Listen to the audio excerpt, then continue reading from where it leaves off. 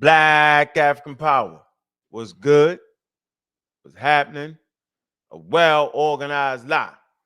Defeats a disorganized truth every time. Woo-hoo-wee. Man, y'all already know what it is, man. It's God killing a house. And I'm coming to do what I got to do. And I'm going to do what I got to do. I'm standing tall. I'm standing strong. Hey, Bobby banging this bitch. What's good, family? Man, so I know we had that interview scheduled. Think it was some type of miscommunication. We trying to work that out right now and figure out what's going on, right? We're going to get that figured out. So, when I was actually studying for the show, for the interview, I like to always familiarize myself, okay, with everything dealing with people. Shout out to Taurus. Tori, appreciate you, man. Alexandra, man, you the first one to hit that Cash App, man. Thank you, bro. So, when I'm actually looking at the material and studying Rick Ross and things he was talking about, it's a very, very interesting story, man. So I can't wait till we get him on here, right? But I had to ask myself, I know the New Wapians was a cult, but was I actually in it? So we're gonna discuss that and debate that. I'm gonna drop the link early and often. I know. I always say, yeah, I was in New Wapian. I said it. I'm a New Wapian. Used to say that. But does it take more than just saying you're a New Wapian? So I want to say this, and I'm getting right into the conversation, yo.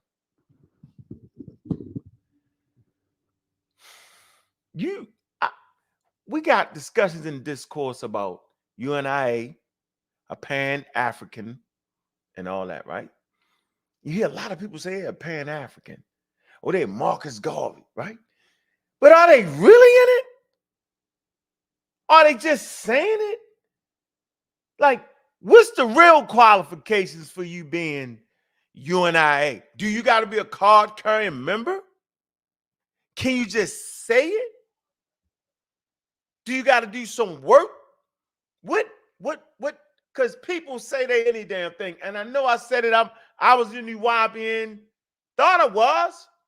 But I'm now trying to figure out, was I really? I understand it to be a cult. Check that box. I didn't realize why I was around it. Check that box. I didn't have any filtering systems to know whether the information was right or wrong. Check that box. And I always give you my experience based off of that. But was I actually in it? Or was I like some of these people that claim to be Pan-Africanists and just wear the colors? I didn't even wear the outfits. So I'm perplexed here. And I want y'all to get in on this discussion. I want y'all to, man, let me know. It's some things here, and some people might argue with me about that, but I'm not sure.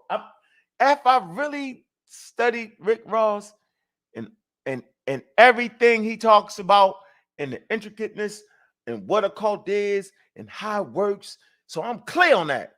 But I'm trying to figure out, I don't know if I did all that, or am I delusional? Maybe I'm delusional.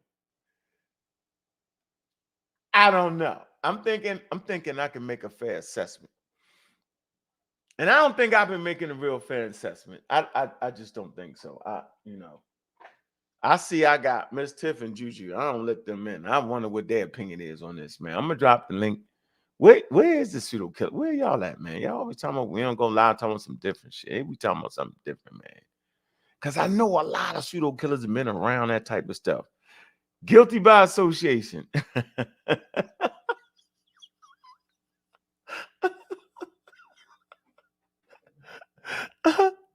Oh man. Smoking conversation with Skin Raw. She said, yo, you're guilty by association.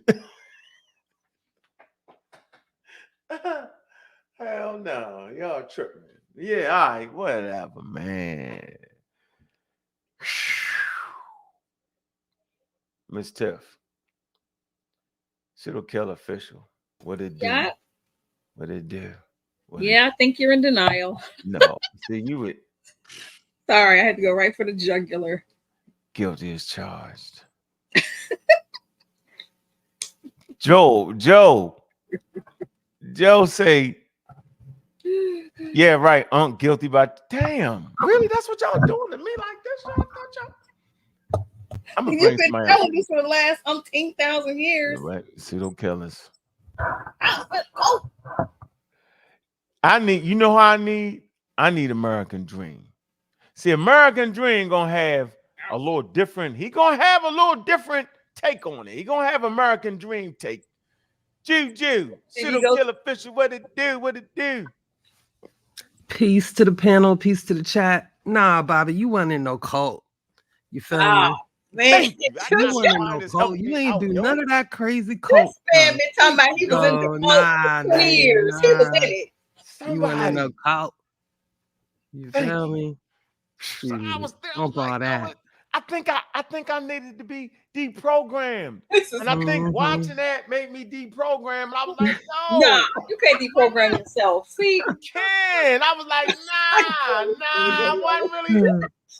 Hold on. I have a good barometer. Like Wu-Jai was in the cult. He was in the inner circle, maybe. No, maybe he might not. In the inner circle. He probably wasn't even in the inner circle. Okay. Man, they said it was a sex cult now. So if you weren't involved in none of the activities, then you weren't part of it. No, that wasn't a sex cult. I think a cult can have different. Are you sure? They said the Nuwapians, the inner circle was the sex cult. I think I just heard that. It's different tiers of membership. Different tiers of membership. So what I had the black package where you do. You was calling yourself a Nuwapian. So that's it? That's a lot. You was willing to take on the name. Well, I mean, Miss Tiffany, there's a lot of people calling themselves a lot of things. No, I didn't think that. Hold on. Not doing it. And he was no. See, I never thought that I came from the planet Risk. I thought that was ridiculous. But I never thought that you came from planet. I was like, that's crazy. That's crazy. I used to argue with people. Hold on. So I used to argue with people. Yeah, I was like an outsider. I was like, I never was. They was like, yeah, right. You're not really. Cause I was like, no. I said, yo, how can that dude know everything? I said, everybody learned like that. Out of here with that. Did you have an ID? Did they have an ID? Nah, I ain't had none of that. See? Did they have an ID? Yeah, you need to give Chuck the link. Chuck need to get up here. You'll say Pickle. Yeah, but why we can't just excuse the fact that he's been saying that for the last 15 years. Yeah, I have been. I could have been wrong though. I think I was wrong. That's what I need your help. I need your help. No, you need an expert to help deprogram and all that. Man, I never. Yeah. I wasn't on the corner selling the books, Juju. I wasn't selling no. Yeah, that's what I'm saying. I didn't do none of that. I thought this was meetings though, Juju. He was going to meetings. No, I didn't. I've never actually went to a Nawapi meeting. See, Miss Tiffany? No, Miss Tiff. I actually went when he come out and teach. Didn't go to a meeting. You went to who went out and teach? When York was teaching, or when he did like the seminar, whatever. Exactly, he went to the one. But no, that's not. I mean, just because you go to like a lecture doesn't mean you're part of that. Wow. Some people don't let him off that easy. Here go Chuck Morgan. Chuck Morgan. Chuck said he coming on. Chuck definitely. No, I used to listen to Chuck more than I listen to Malachi York. Now that I'm thinking about it. So did any of your people in your inner circle ever told you no, Ankh, you actually weren't in the cult? Did any of them ever tell you that? You know, Wu-Jai kind of said, yo, you wasn't really.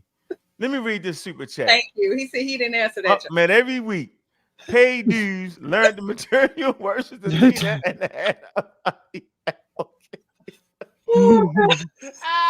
Joel. I did not have a hat on, man. But you did all the other stuff? No, I didn't pay no dues. What did you? Talk about what you did since you want to be like that. Let's talk about what you actually did. Because I'm running around here thinking I know it was a cult. Yes, he did, Juju. But talk about how that must say make no sense. Yeah. He was in it so much that he called himself a Nuwapian, yo. That was it. But I always thought the spaceship shit was crazy. Never got me on that. I only listened for like the Bible stuff. Because I read the Bible, I learned the Bible, how to really see that that's what he's doing, and like the history. And then when he switched up and was talking about we switched the price, I was like, that nigga ain't talking to me. Yeah. He talking Well, to why me. did you stay around, yo? Why did you even stay around? Because it wasn't nobody talking about shit like that. Like, is there a God? There was nowhere for a brother to go to talk about atheism. I wasn't up on. You would have to really catch some white people getting down like that, yo. Like we forget, yo, that it really wasn't a place to act like you don't believe in God. And you in that place there, you could look at the person and say, we don't believe in God in unison. It was good with that. Then the other shit that came behind it. But I could feel comfortable with expressing I didn't know the way to go at. I got a question And for then you. and hold on. I'm giving you my story. Right. Okay. And I love black people, and I felt like we was wrong based off of misinformation. I thought we had the misinformation on our, you know what I mean, with the history. I thought they lied to us about our history, all that. You get it? What's going on, Cedric? What it do? Peace, God killer. Like you, and turn your I'm gonna mic say down it just like a little this. bit. Turn that mic down just a little bit. You got the super mic. Let me see. Let me see how I do that. Just a sec. Yeah, let me say this. I don't know, But bro. just I'm say trying to this. figure it out. You went to the party. You went to the beach party. You got Not the beach party. And I took my ass home though. Oh I my went to the God. beach party. I went to Yeah, the you went beach to a party. I pool. went home. Tell him, Cedric. You went to you went to a pool party and you only got your feet wet. You didn't jump in the pool. Didn't jump in the pool. But you were at the party though. I was at the party. Thank I you. He didn't was say at I the wasn't party. at the party. I didn't He was say on it. the he was He on the wasn't even in lowest. the VIP section though. I'll be He was on honest. the lowest By the tier of door. membership. I He never was on went. that. Got Ron, I in. never wore a hat, Ron. Ron, I'm He not was gonna lie to. You know what? I'm not gonna lie to people that trust me. I did that because I was in the Mason Don't do it. thing, and Don't we do had it. the feds. So no, I'm saying the Mason. I was a Mason, right? Okay. So that was on, and you would, I had like on a $1,500 tux, and we do the Mason shit. Mm-hmm. Yeah, that was separate from the Nuwabian thing, right? That's way separate. Right. So that was, but anyway, I don't know. Can I I ask you a won't question? I have a question. Yeah. What is it all these years, all these 15, 20 years that had you believing that you were in a cult then? Because I was you've been emphatic about how you've been in a cult. Because I recognize the Nuwabians as being a cult. Mm-hmm. Right? Okay. Absolutely, yo. So what about your experience? Because you say you can help other people not do that because you've been there. Remember, you've been there. Yeah, so what about your experience that says you've been there? Yeah, I can't help you with once you deep. That's I don't know. Yeah, if you ain't had a strong father figure, look who's here. Rick Ross. No, we didn't do that. Look who's here. No, we did. He said he's lucky. Rick, are you Rick? See how you doing, Rick? Nice. Rick, we changed the title. We thought you was late, Rick. I was trying to figure out. You know what, Rick? We might as well come in like this. How you doing, Rick? I'm doing fine. I'm Rick Ross, not Rick Allen Ross. I mean, Rick Allen Ross, not Rick Ross. Yeah, you don't want to get you confused, right? In case you didn't already get that. Right. I'm gonna do you Rick Allen Ross. So I want to know now. I know the Nuwabians was a cult. Okay, you the perfect one to answer this question. And I've said it. I've been in a cult, but I'm starting to think that I know it was a cult, but I didn't really. I just went to some classes, right? On Saturday, we go to the classes. Then I go home. I didn't dress up in none of the information, none of the clothes. Never did that. I read some books, and I said, "Yeah, I'm a Nuwabian." But what phase of that was I in? Because I think you can best answer that question. What phase of that thing was I in? You were, in my opinion, you were being reeled in. You know what groups like the Nuwabians do is they don't tell you what their more radical beliefs are from the very beginning, and you don't really know everything that's going on. If you did, you wouldn't get involved. You wouldn't put yourself out there. So what they do is they put out things that are fairly tame or fairly interesting and reasonable. And there's usually some good stuff because nobody wants to join a group that's that's totally bad. I mean, what would be the logic in that? So, you know, like they say, it takes a spoonful of sugar to make the medicine go down. So you're swallowing some poison mixed in with the good stuff, and that's the trick. Okay, so I was at the stage when I was taking that poison, but Yeah, they could. you were ingesting it in probably relatively small amounts, and as you drew deeper into the group, there would be more and more of it, and that's typically how these groups work. For example, Leslie Van Houten, Charlie Manson's devoted follower, who spent almost her entire life in prison. Uh, she was released recently on parole. Mhm. I think if Charlie Manson said to her in the very beginning, look, we might kill people. I mean, that just might be what we're going to do. Are you willing to do that for me? Will you kill for me? What will you do for me? And I think if he had said that to her in the very beginning, she would have said, look, you're nuts. I don't want to have anything to do with you. So it's always a slow process of incremental increase. I mean, bit by bit, spoonful by spoonful, step by step, you get deeper and deeper. And the idea is to pull you in and then embed you in a kind of subculture, a bubble world where the reality, the environment is controlled by the leader. And so you hear what he wants you to hear, you see what he wants you to see. And if he can control everything that's going into your head, he can get into your head and control your brain. Hmm. So guess what I heard you say? You did an interview on a good friend of mine, Layla Wells. She did the African Bambata thing, and she broke a story maybe 10 years ago on my platform on the Raw Squad about the Nation of Islam being involved with Scientology, right? And I watched that interview, and you said something that really got me to thinking. You said, let me get this straight. You said what a cult does is it starts to break down your critical thinking skills, starts to diminish. So I think I was in that stage where my critical thinking skills was starting to be eroded and diminished. What do you think about that? Yeah, I think that's the process because ultimately, what the leader wants is to replace your thinking with his thinking. And you become essentially a clone because what cult leaders typically are doing is cloning themselves, their worldview, their sensibilities, their way of interacting with the world. I'll never forget when I did a lecture at I think it was the University of Georgia in Atlanta, and I had never heard of Malachi York or the Nuwabians. And at the end of my lecture, these two women came up to me and they said, we're from a group that you're going to hear about. And I said, what group is that? And they said, the Nuwabians. She said, one of the women looked at me and said, you have no idea what's going on. It's horrible. It's a terrible, evil group.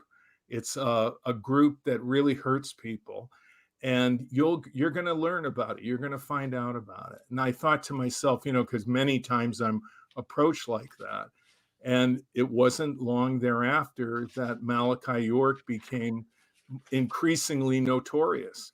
And then, of course, now he's in prison for the rest of his life. But before that, he horribly abused children, as you know. And Absolutely. and you know what's bizarre, you know, and I think that most people can't even get their head around it, is that there were these mothers that gave their children to Malachi York. And he molested them. He gave them sexually transmitted diseases. It was horrible. He was brutal. And yet, some of these mothers, after he was arrested, after he was found guilty, after he was put in prison, they're still loyal. They still believe in him. And he can tell them virtually anything and they will accept it. So I think that's what we call cognitive dissonance. Hmm. When what is happening in the real world contradicts your beliefs, but Somebody gives you a spin, the cult leader or other members, and you accept whatever they say. And you basically go along with their beliefs as opposed to the reality that you're dealing with. Okay, so all right, this is where the real interview began. Let's just I heard you talk about we gave a general definition of a cult. Now this is important to this community because we actually sit in the middle of these things, this brand new thing I call it internet cults. All right, in the conscious community where you get all types. I'm not sure if you're familiarized with it. All types of ideas, misinformation, and all that. We sit, we like that little steel bead, that little small steel bead to kind of mess up the whole thing just based off of our scientific literacy.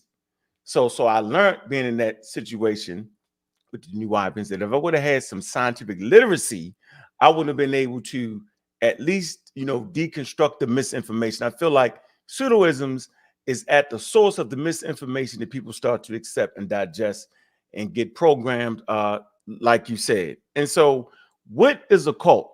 What would you call a cult? Is it all evil? Is it good, bad?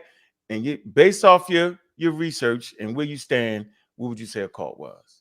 Well, look, in my book, Cults Inside Out, there's a whole chapter devoted to this. And I think what I identified is what I call the nucleus for a definition of a destructive cult.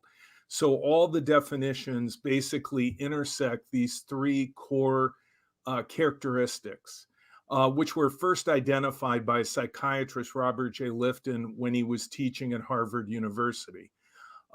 They are, first of all, and this is the big one, the most salient single feature of a destructive cult, is an absolute totalitarian, authoritarian leader. Whatever the leader says is right. Whatever the leader says is wrong.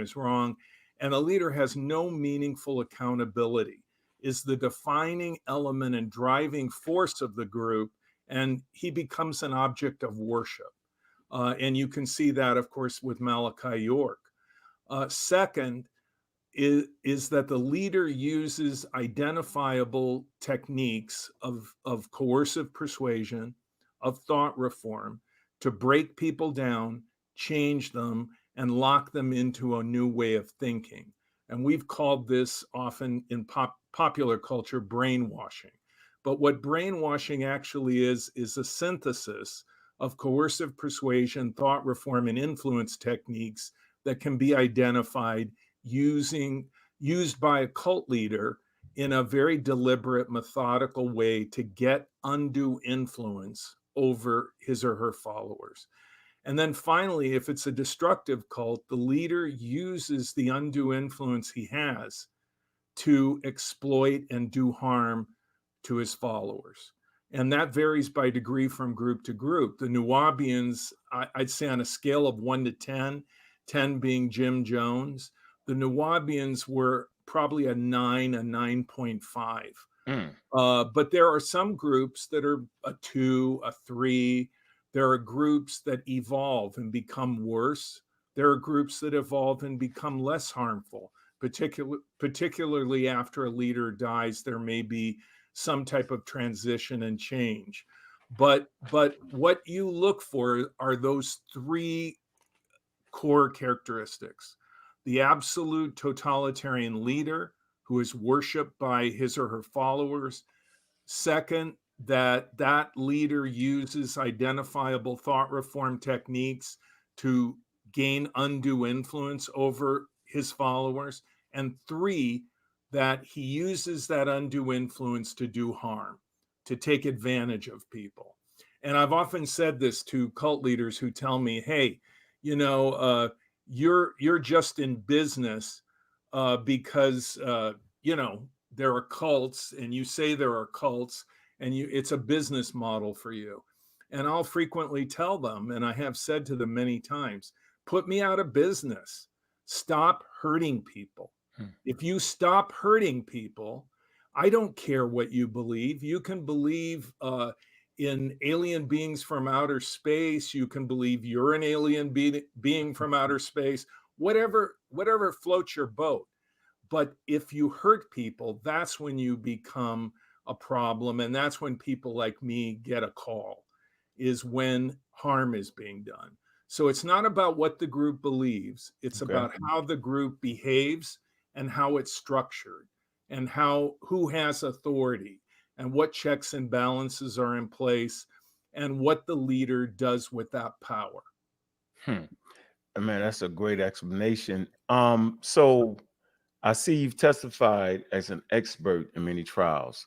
And as I actually researched your story, I found it interesting how you actually got into this. So can you kind of share that? What is it? Was the wow? I was like, really?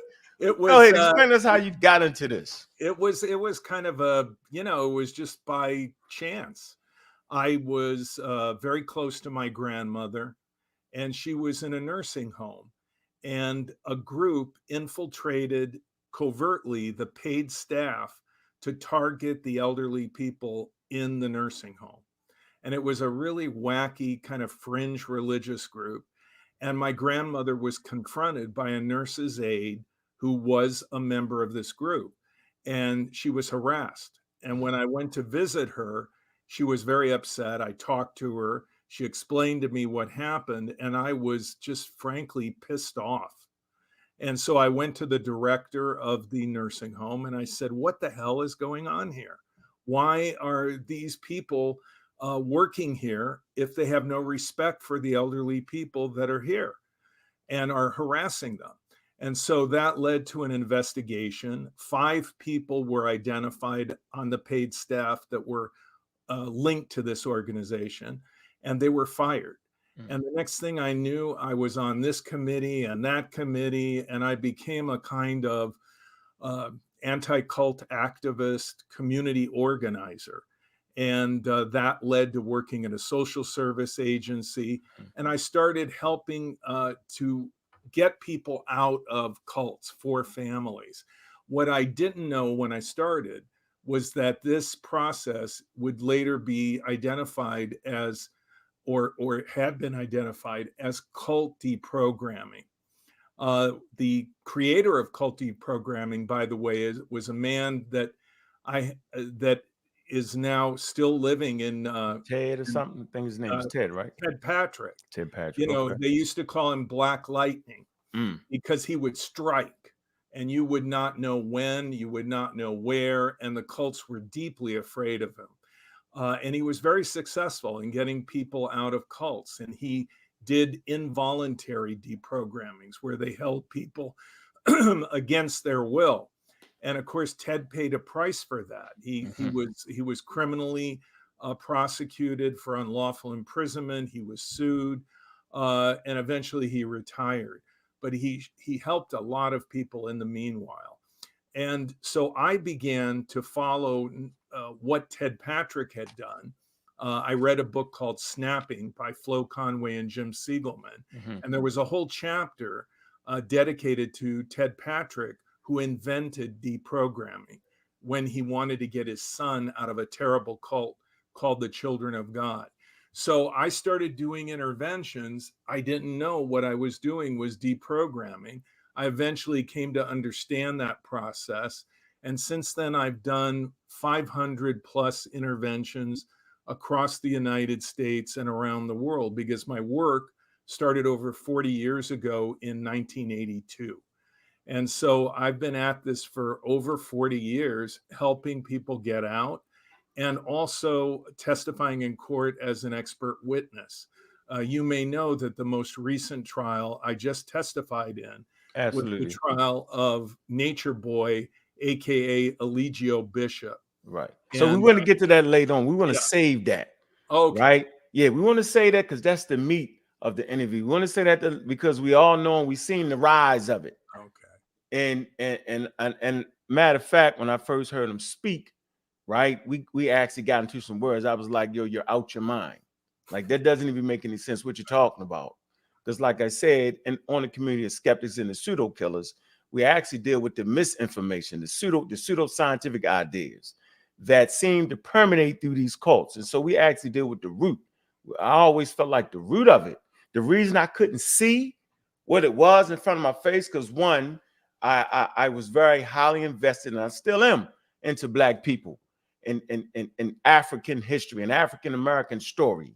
Very invested in that. But then I realized that was the very thing that they took advantage of. I always felt like the Black people sit in a very, very precarious spots when it comes to cults, right? We're very marginalized community and very vulnerable to this. So if you come at me saying, you know what, white people did enslave you, and guess what? They lied to you about your history. Here's the history. And I felt like that was the actual fish bait for the majority of us and why we go for this misinformation. So, man, so we're going to get into that because I've been, it's a few of these dudes, we've been right there watching them and we see them grow, right? And we've been saying, I told you so. So my next question, you talk about how they got tagged, right? What is deprogramming? What do you mean when you saying you're in a cult, I want to deprogram? What is meant by that? Well, deprogramming is like an alcohol or a drug intervention. The family will call me. They'll say, look, my son, my daughter, my mother, my father, my spouse is involved in this destructive cult, and I need help. I want to get them out. And so there's a planning process with the family. And then eventually I come, typically as a complete surprise, as most interventions are. And then I'm introduced to this person who is in a group. And then I begin to talk with them, work with them, and explain things to them. There are four primary blocks of discussion that are covered in occult intervention. One is, which we've already discussed, what is a destructive cult? How do you define it? Does it have any parallels with the group that you're now involved in? Second, what is thought reform? What kind of influence techniques do cults use? How does coercive persuasion really work? How would you know if such a thing is being done to you? And are there parallels in the group that you're involved in? Number three, what do you not know about the group that you're involved in that you probably should know to make a more informed decision about continuing? Is there a hidden history? Are there things about the leader that you should know that you don't know? Does the group have a troubled history of hurting people? Were they sued for personal injuries?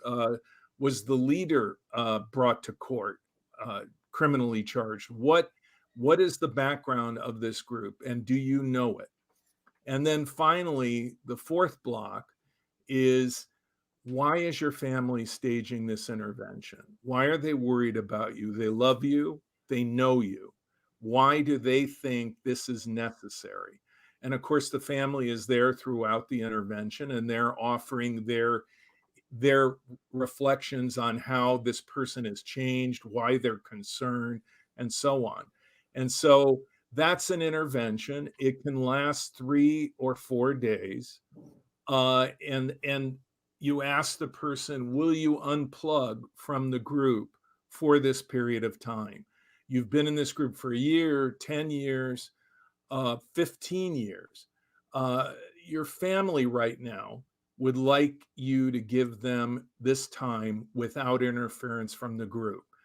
No texting, no communication with them, just unplug for 3 or 4 days. And at the end, you decide what you want to do, but your family would like this block of time to discuss what they're worried about.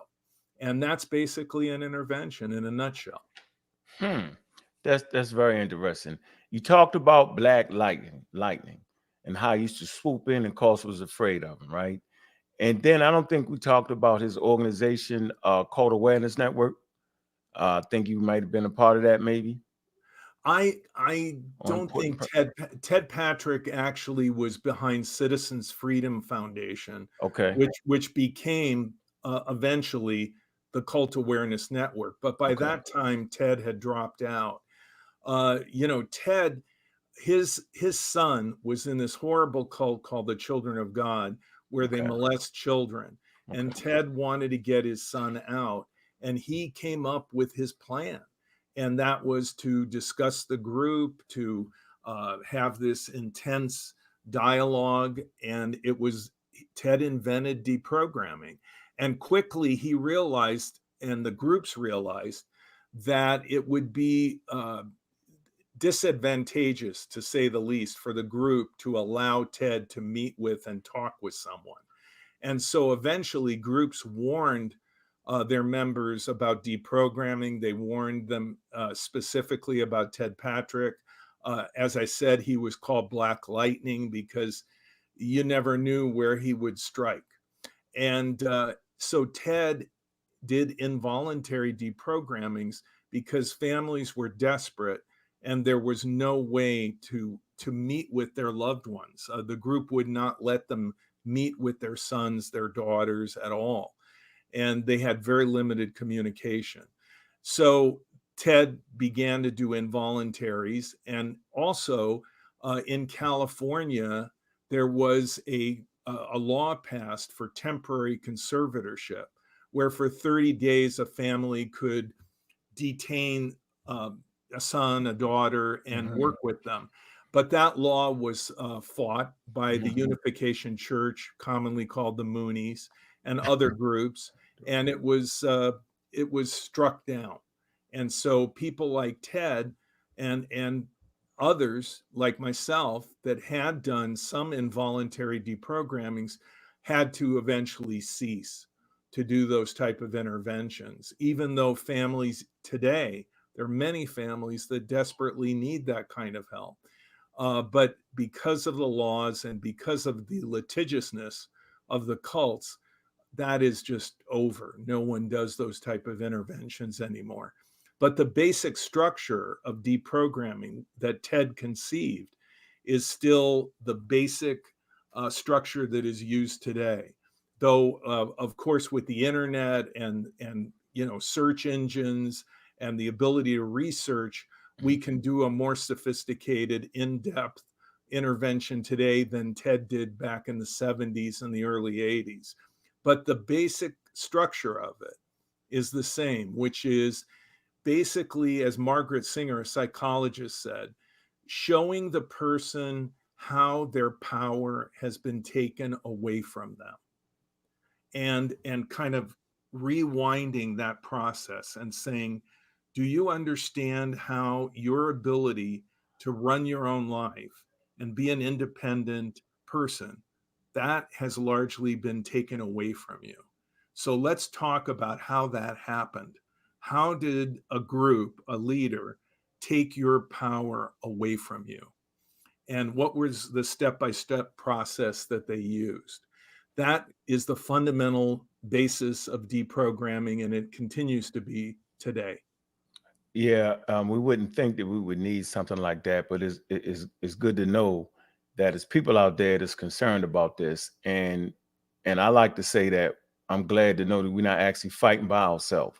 Like, so when you define what a cult was, you was talking about the mischievous or devious behavior is really, and I talk about, we like to deal with the side of the information, because I always felt like that the very starting point is bad information, and it can go left real fast, like you said. So I like to get it at the root where that information starts, and you start talking about the bad information and pulling on your heartstrings because you are an African American, and you're liable to believe anything and end up in those types of situations. Okay, so all right, Stephen Hayes, what about him? Stephen Hayes. Am I saying that right? Did he not? I think he might have sued the Cult Awareness Network or something like that. Oh, you're talking. Am I saying that right? So Kendrick Moxon, okay, was the lead counsel for Scientology. Yes. And he and other lawyers would sue the Cult Awareness Network over and over and over and over and over, trying to break the organization financially.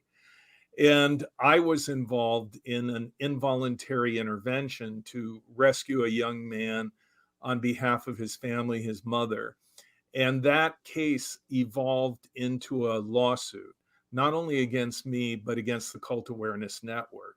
And it was fought by Scientology lawyers who recruited this young man, Jason Scott, as a plaintiff. And so that ultimately led to first a criminal trial in which I was acquitted, and then later a civil trial in which a $2 million+ judgment ended up on my back. And the Cult Awareness Network and I went bankrupt. I was able to come out of bankruptcy. This was back in 1995. But the Cult Awareness Network could not. Their assets were liquidated. A guy by the name of Stephen Hayes, who you mentioned, bought their name, bought their files. The bankruptcy judge actually declared their files, including families' confidential information and complaints, an asset that could be liquidated.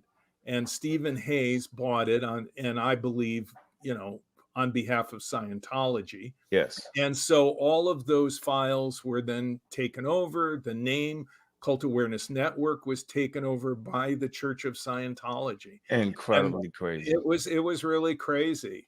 That is crazy. And that's why I will not do an involuntary deprogramming for a family. Even though I recognize that this help is needed and that there are families that are very desperate, and there are cults that, as you know, can terribly hurt people, physically abuse people, bully them into sexual compliance, take them on a journey where they believe that they shouldn't see a medical doctor and they might die from medical neglect. Convince them that they should beat their children, and in some cases, literally to death. So this type of activity, cult activity, can have just horrible consequences, and children are often involved.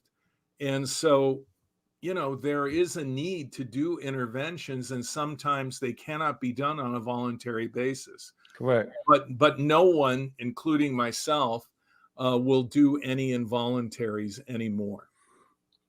Man, and the work that y'all was doing was crucial to kind of saving people out of those situations. And it's a shame that the law is not backing you on that. And I can understand how some things like that can actually go wrong. But it would seem that it would be some type of supervision there allowed to actually monitor the situation. But that thing is wild house. A member of the Scientology actually came in and took that over. That, I mean, they'll actually stop at nothing. That's deep right there. So your expertise, you've been involved in some high profile cases like the Waco case. Can you kind of talk about that? That's incredible. I can remember when I knew about David Koresh. I knew him originally by his given name, which was Vernon Howell. And of course, he changed it to David Koresh.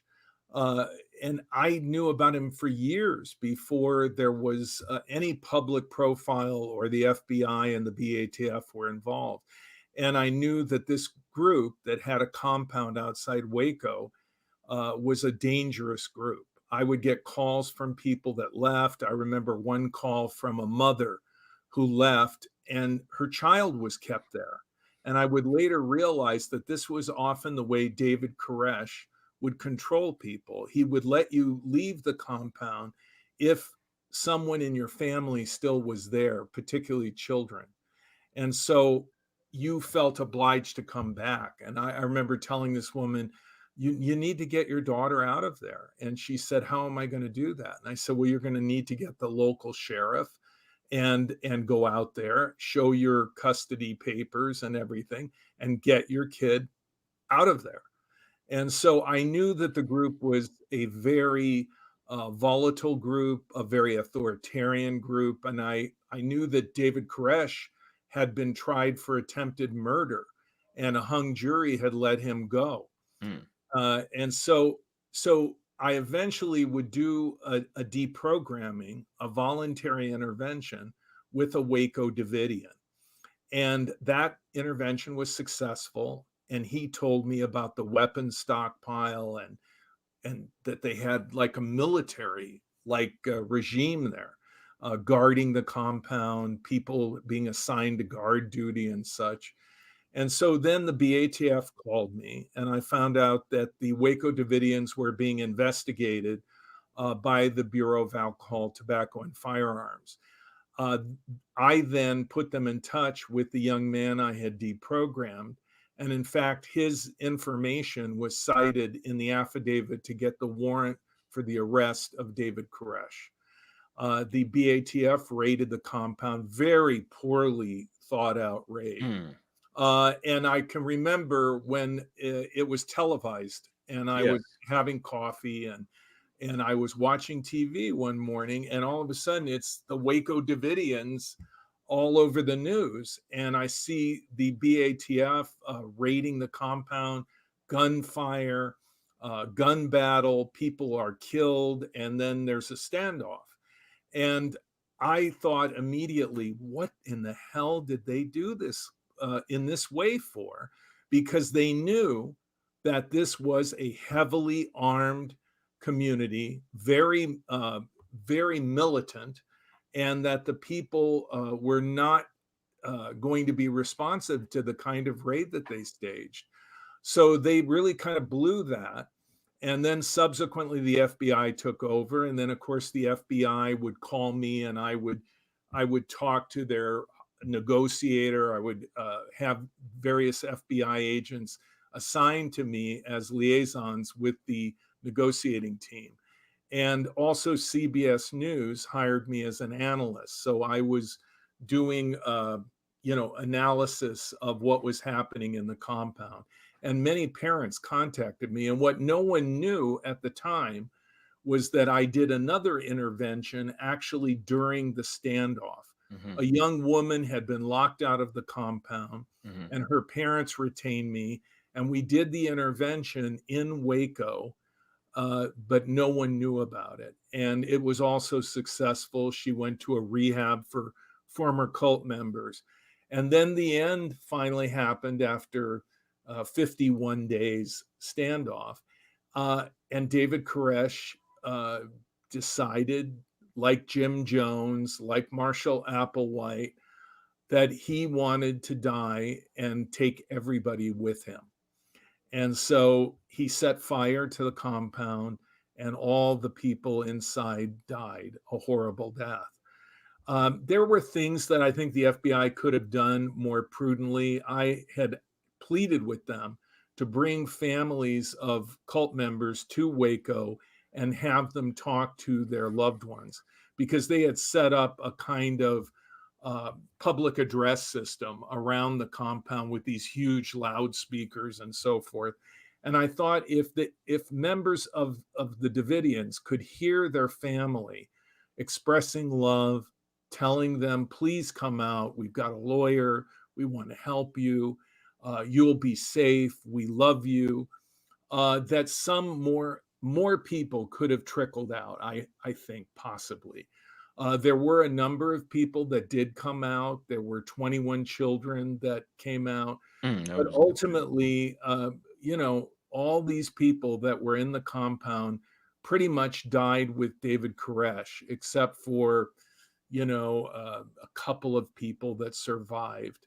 And it was just a tragic, tragic end. And so many of these people, they were really good people, idealistic, caring people that really wanted to make the world a better place. And they just had the bad luck that David Koresh took over their religious group. I mean, because that group had lived outside of Waco for decades, peacefully, without any problems at all. But they had a succession of leaders, and David Koresh took over. And from the day he took over, things took a very bad turn, and eventually a tragedy. Yeah, that's interesting. So now so you could have a church that's going smooth, and the new pastor comes in with deviant behavior and could change the whole circumstance of the group. That's interesting. So it seems like we're all susceptible to these real deviant ideas. I found that to be interesting. Well, the main thing to keep in mind is that if you're in a church and the church has bylaws, a constitution, a democratically elected board, denominational oversight, educational requirements for someone being a pastor. There are checks and balances. If you're in a church and there are no checks and balances, and the pastor is an authoritarian leader that basically can throw anybody off the board at any time, that there's not meaningful financial transparency, that you can't hold the pastor accountable, that is a problem. Is your pastor a servant to the people in the church, or is your pastor a dictator? David Koresh was a dictator, and he molested children. I met a girl that he raped when she was 10 years old. So this was a guy who, like Malachi York, was a pedophile. He abused children. He was a horrible man, a psychopath, according to a number of mental health professionals that followed his situation. And that's really something that most cult leaders seem to share and have in common, is they are deeply narcissistic. Many of them are identified as sociopaths, and a great many of them have been categorized as psychopaths. So when you're dealing with a psychopath, you're dealing with someone who's virtually incapable of empathy. They don't care about the people they hurt. They have no conscience. And they are sociopathic in the sense that everything for them is transactional. What's good for me is good. What's bad for me is bad. Everything is relative to me, meeting my needs. I don't really care about the people I'm leading. They're just there to serve me and take care of me. And of course, leaders like that are very narcissistic. And so that's the kind of personality profile that you frequently come in contact with when you are in some kind of group that has been called a cult. Man, I've seen a lot of these behaviors floating around. Want to do everything. Nobody else can weigh in on the situation. Everything is mine. No accountabilities. Yeah, no financial accountabilities. It's not open to the group. Boy, I tell you, I ain't gonna start calling names. So I heard you talk about a Christian identity movements and their counterparts in the Black community. Can we kind of just discuss that? And then I want to get into that big trial you was in on. So go ahead. Yeah. Well, look, I'm going to name a name. Nathaniel Ray. And he is the leader of a group called Israelites United in Christ. And it's a racial identity group. Ray teaches that Jesus was Black, that the ancient Egyptians were Black, like Malachi York taught. And more importantly, he demonizes the people that are white, people that are Jewish. He will accept people that are Native Americans, people that are Latinos and such. But he basically feeds on and targets in large part the Black community. And of course, as you said, he tells people, what they feel they want to hear. I mean, it can be, comforting to have that kind of feeling of community, of solidarity with your brothers, your sisters, and in the IUIC with Ray. But Ray, in my opinion, exploits these people, takes advantage of them financially, lives off of them. And as you pointed out already, everything is online now.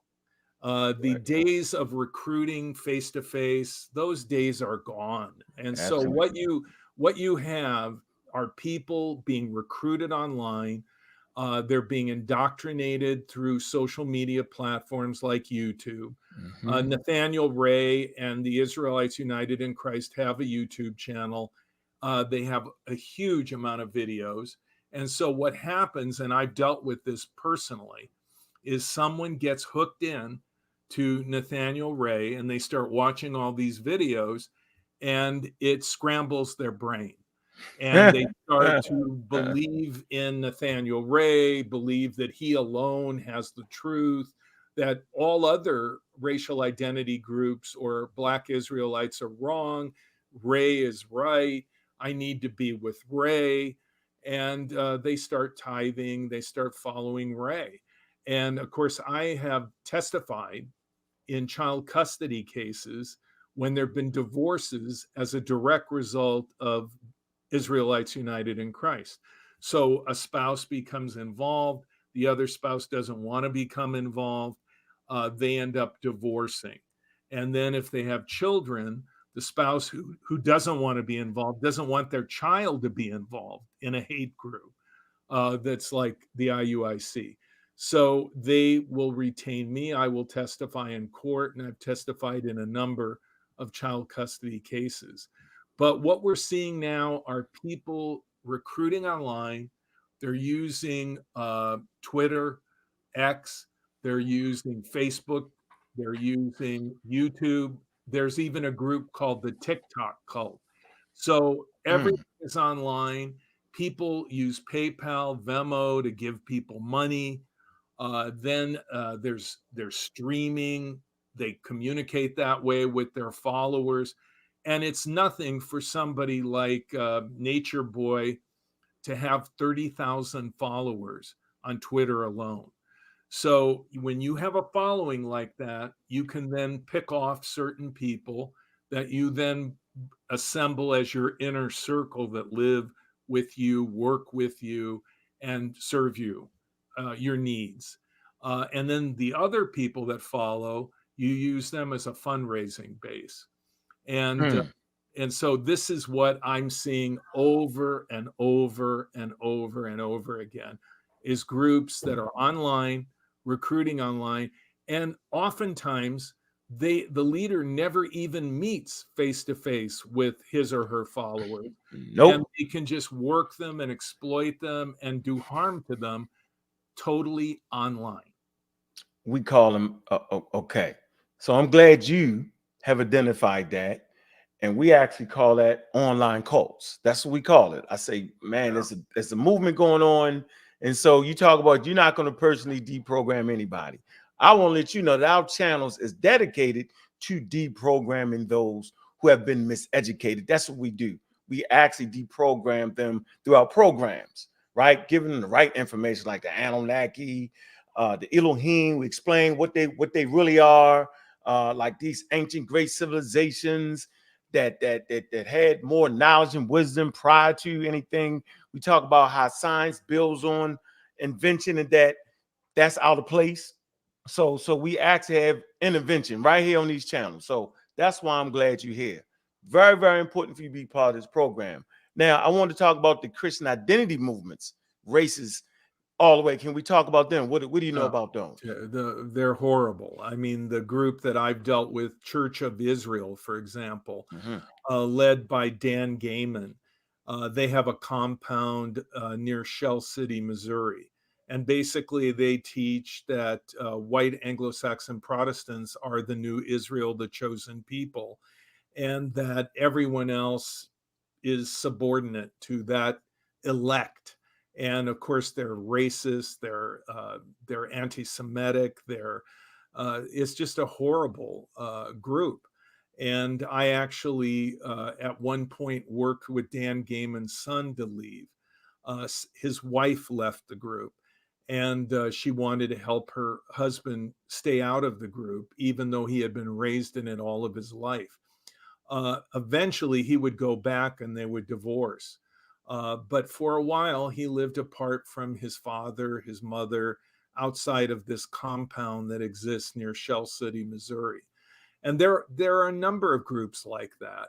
So the Christian identity movement is essentially the flip side of the IUIC, or you could say the IUIC with Nathaniel Ray is the flip side of the Christian identity movement. Each group is saying that we are the new Israel, we are the chosen, and they're identifying other people as being marked by God as inferior, as demonic, as satanic. And then they demonize, with that kind of we, they mentality, the other side. And so you can see that very definitely in the Christian identity movement and British Israelism, which has been around for a long time and involves tens of thousands of followers in North America alone. And then Nathaniel Ray really is kind of part of a movement as well, which really goes back to the Black Hebrews, Black Israelites that was started in Chicago, and Malachi York kind of tapped into that same theme. What you see over and over again with cults is that the leader is typically copying other people. So that leader copies the misinformation, the disinformation, the mishmash that he or she picks up on online now, and then they create their own composite. They grab from here, they grab from there. For example, Keith Raniere, who I testified against at his criminal trial in New York and who's now serving the rest of his life in prison. Raniere took a piece of Scientology primarily, and that became the foundation for what later was known as Nexium, and then also incorporated Ayn Rand, who had a philosophy called objectivism. And then he was an Amway distributor, so he threw in some multi-level marketing crap.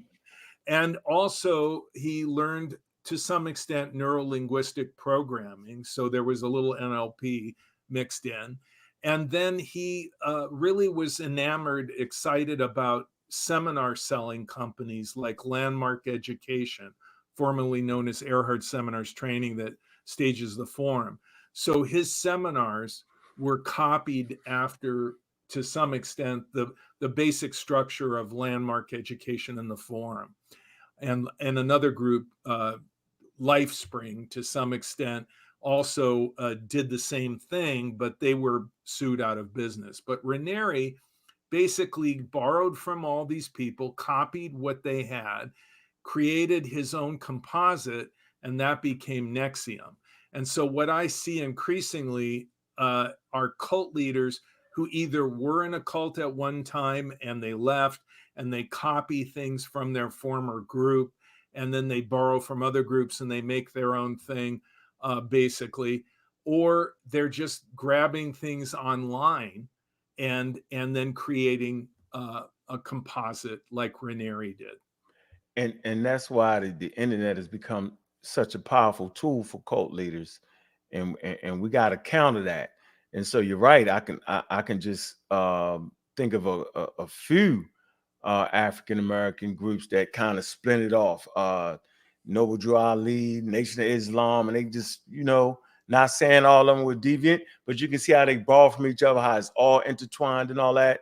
That's why it's important to give accurate accounts using scientific literacy, using experts to really get that story of the history and stuff like that. So now we're gonna move into the best part right now. And this is a great show. And like you kind of popped up on this. I think we kind of got our times mixed up. So I want to get into that case. Let me bring the sisters up because some things that happened to some sisters in that trial. And I want you to give us one of your best accounts of it on actually what transpired in that case with Nature Boy. Like I said, I knew Nature Boy when he didn't have any followers. And they popped up on the scene. I believe they was on Sarnetta's TV. And they popped up. It was him and young Pharaoh, and they was talking crazy. And I was like, that's crazy talk right there. That's misinformation. It's not valid. It makes no sense. Yeah, what do you know, old man? I'm the old man. And so I watched the growth of Nature Boy. And I seen how he grabbed his people. And it was very interesting to me sitting back watching that. That same thing with Polite. I'm not sure if you're familiar with Brother Polite. I think he's serving time now. All these cats, I was like, man, it's a lot of wild misinformation. That's why you'll continually hear me say over and over again, the misinformation matches the cult leader, and that's what they disseminate. They're not giving you accurate information. They give you information that's flim-flammery. So Nature Boy, okay, seeing him when he wasn't nothing and seeing how he progressed to end up getting life in prison. So Ms. Tiff, you got a question? The Nature Boy trial. Let's get in. This the meat of it. It's what everybody want to hear about. Well, I wanted Rick to go ahead and thank you for being here today. I just wanted to hear what you had to say overall of your experience with the trial and your specific impressions of Mr. Bishop, and just an assessment from your expert point of view. And then Well, I also saw I saw your testimony. I saw them qualifying you as an expert. All that was very interesting to me. And I know you've done it 100 times over, so you're used to going through that process. well, maybe not 100 times. But I have testified as an expert in 13 states, including United States federal court. And I would, here's my assessment of Nature Boy, Eligio Bishop. First of all, he's a typical kind of cult leader. In my opinion, Carbon Nation fits the criteria of a destructive cult, and Eligio Bishop fits the criteria of a cult leader. And first of all, to be fair, he's very charismatic. He's a very good speaker. He presents himself very well. And I began to become aware of him in 2017. He recruited a young woman from Canada. I think she was mentally disabled. And he sucked her into what then was his retreat in Costa Rica. And so he became a news item because the family was desperate to get the daughter back. They were very worried she wasn't on her medication. And so eventually Bishop would surrender the daughter, which was smart to get, the heat off of him. But the Costa Rican authorities would eventually push him out of Costa Rica. And of course, he was at one point in Mexico, Costa Rica, Panama, and eventually he was deported back to the US because those countries did not want him there. They recognized what kind of a person he was. Basically, a con man running a scheme on the same people indefinitely. I mean, that's the difference between just a regular grifter and a cult leader. A regular grifter runs a con and skips town with the money. A cult leader runs the same con on the same people indefinitely. And that's Eligio Bishop. Also, the Eligio Bishop story is an interesting one from the standpoint that I don't think he was quite as bad in the beginning as he became. I think it's fair to say he's a deeply narcissistic person. The judge said that. She said, "I've never met someone as narcissistic as you." And of course, she gave him a sentence of life in prison without parole because she said he had no remorse. And I think that he demonstrated to a large extent that he was sociopathic, that he had no conscience, little, if any, empathy for anyone, only sympathy for himself. I mean, he saw himself as a victim. And so what happened with Eligio Bishop, he kept getting worse. The more power he got, the more power he wanted. The more women he got, the more women he wanted. The more control he had over people, the more control he wanted. And so it just got worse and worse and worse. And people wanted to leave. And this one woman who testified and was, the ignition point for him getting criminally charged. She wanted to leave. He wouldn't let her leave. And he raped her. And that was what he was charged with, rape and unlawful imprisonment. And so when I testified, I felt that my job, so to speak, was to help the jury understand why people stayed and why they stayed for so long, and how authoritarian groups like Carbon Nation operate, how they distort people's sense of reality, how they engender dependency, how leaders manipulate people so that they feel helpless, they feel they can never be good enough, and they continue to be exploited and and treated horribly, and people don't understand, why don't they leave? What's going on in their head? So what I tried to do in my testimony, to the best of my ability, was explain how people in a situation like that are manipulated, why they stay, what their mindset is like, and hopefully that the jury could understand that Eligio Bishop ran a thought reform program in which he was king, and he broke people down, he manipulated them, and then through the environment which he controlled, he locked them in. And I just tried to help the jury to understand that, because I think that a jury typically would think, well, why don't these people just leave? Why do they stay? Why do they let somebody like that exploit them, hurt them? What's wrong with them? And at one point, I told the jury that please understand that many of the young people that I do interventions with are very smart. They come from Ivy League schools. They graduate. I've worked with people from Harvard, graduates from Harvard, Wharton, Dartmouth, Cornell, you name it. And so these are smart people. 5 of the people that I've deprogrammed were medical doctors. One was an orthopedic surgeon. So anybody can be had.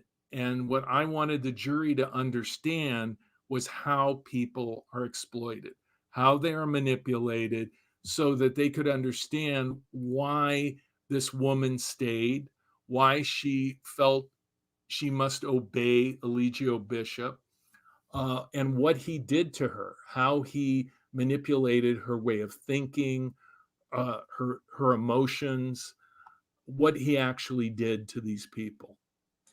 Yeah, a lot of people are they ask themselves, what, but how? Like you said, how could they stay? How could they keep going back? And you know, people just don't understand how the smartest among us can be manipulated and willed into a cult. It doesn't make you a bad person. I don't know what it is. In your expertise, is there a certain there a certain thing that's been researched to denote what types of people are more vulnerable? Well, I think that it's been alluded to already, which is people that are going through difficulties, people that for whatever reason they're at a bad place in their life. And what we saw in a kind of consistent thread with some of the people that Bishop preyed on, was that they were vulnerable. They were going through difficult times, and they just had the bad luck to bump into Eligio Bishop online. And cult leaders exploit people's weaknesses, and we all have weaknesses. We all have vulnerabilities. We all go through bad patches in our life. What we aren't prepared for typically is for someone to exploit all of that and to, drill down in a weakness and use it to leverage control over us. But that's what cult leaders do. That's what they do for a living. That's their work description. I have 2 more things. One, sometimes people they don't understand, well, why did he get life without parole? And they'll say, well, other people do this and they don't get that much time. And I'm thinking, but he's a cult leader. So there's that layer to it. And I want you to chime in on that. There's that layer to it. And he has a great influence over people. And I don't know where he could have gone if he, in terms of what else he would have done if he were to get out. I just didn't see it ending well at all.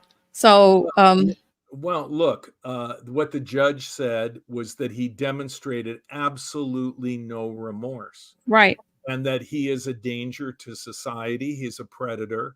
Right. And so she put him away. This is what happened with Keith Raniere. He was sentenced to over 100 years in prison. He's going to die in prison. He just had another appeal that was just killed in the legal court system. So there are people like that. They're predators. I'll tell you something that's really horrible, though, is that some of these people go to prison and they continue to run their cult from prison. Right. So there's this guy, Warren Jeffs, who is a pedophile. He preyed on children. He raped kids. He ran a group called the Fundamentalist Church of Jesus Christ of the Latter-day Saints, commonly called the FLDS. It's a polygamous cult. And Did they do movies about this? Oh yeah, they've done Okay, a I've bunch seen of this. I'm familiar. Mm-hmm. And so he's in prison for the rest of his life in Texas. Yeah. And he's running the cult from prison. So thousands of people are still under his control.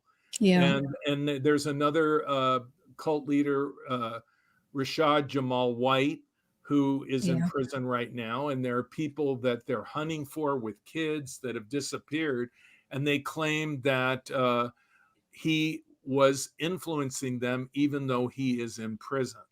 So what I would hope is that Eligio Bishop will not be able to continue to control people's lives from prison, because people like Bishop, like Warren Jeffs, like Keith Raniere, they have no regard for the welfare of the people that they lead. They just take advantage of them, and I think it's a detriment to allow. It's dangerous to allow a cult leader to continue to run his or her cult from prison. But sadly, this goes on. Yeah. Juju, did you have any questions or anything? Sure. I may have one. First, how you doing, Miss Juju? I'm gonna live life till the wheels fall off. That's the motto. but I'm here, and I'm very grateful. I just want to say thank you, Rick Allen Ross, for your time and your consideration to be on our platform to discuss these very sensitive topics. Being that the air in the community is really on fire right now with Nature Boy, but I also believe that there are other implications. So I don't necessarily have a question into like understanding cults or whatnot. I don't think I want to dive that deep in the rabbit hole. That's what you do.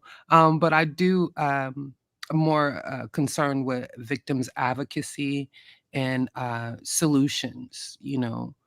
So are there any particular organizations or groups or things like that that you're aware of that you can offer to people who may be listening, may be involved in something they think is a cult, or may have been in the past, but they're still dealing with some trauma that can help them repair their life and the damage that it's done? That would be my question.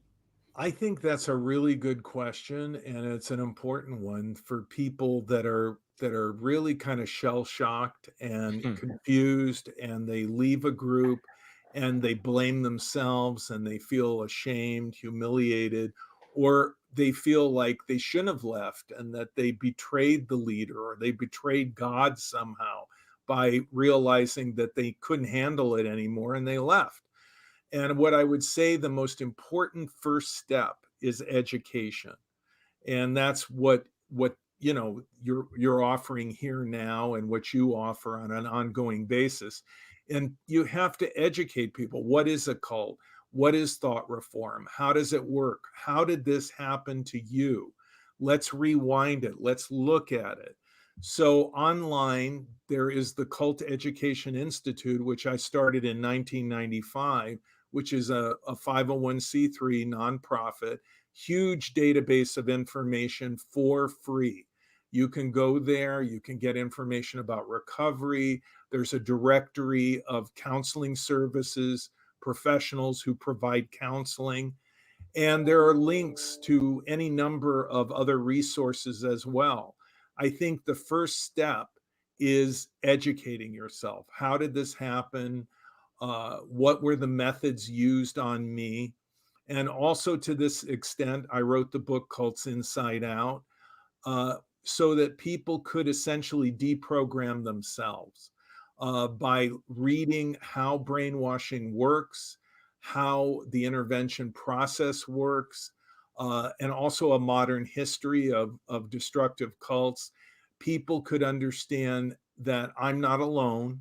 This has happened to a lot of other people, and they got better, and they successfully got on with their life, and I can do that too. But the first step is unpacking your experience, recognizing how it happened, and quite frankly, you can recognize what weaknesses the cult leader used against you to take over your power and to take it away from you. We all have weaknesses, and I think learning to deal with them in a way that precludes letting some cult leader exploit them is in our best interest. How long is the process of healing do you think will be for those former members? Because I know there's still members of Nature Boys cult, but the ones that decided to walk away, and the ones that really want to stay away, what is usually the time in terms of how long it's going to take them to really come back to themselves? It's like healing from an abusive, controlling relationship. A lifetime. You know, I mean, think of the cult leader as an abusive, controlling partner. Instead of being one-on-one, it's one over a group, and the leader is abusive, and the leader gaslights you and takes advantage of you.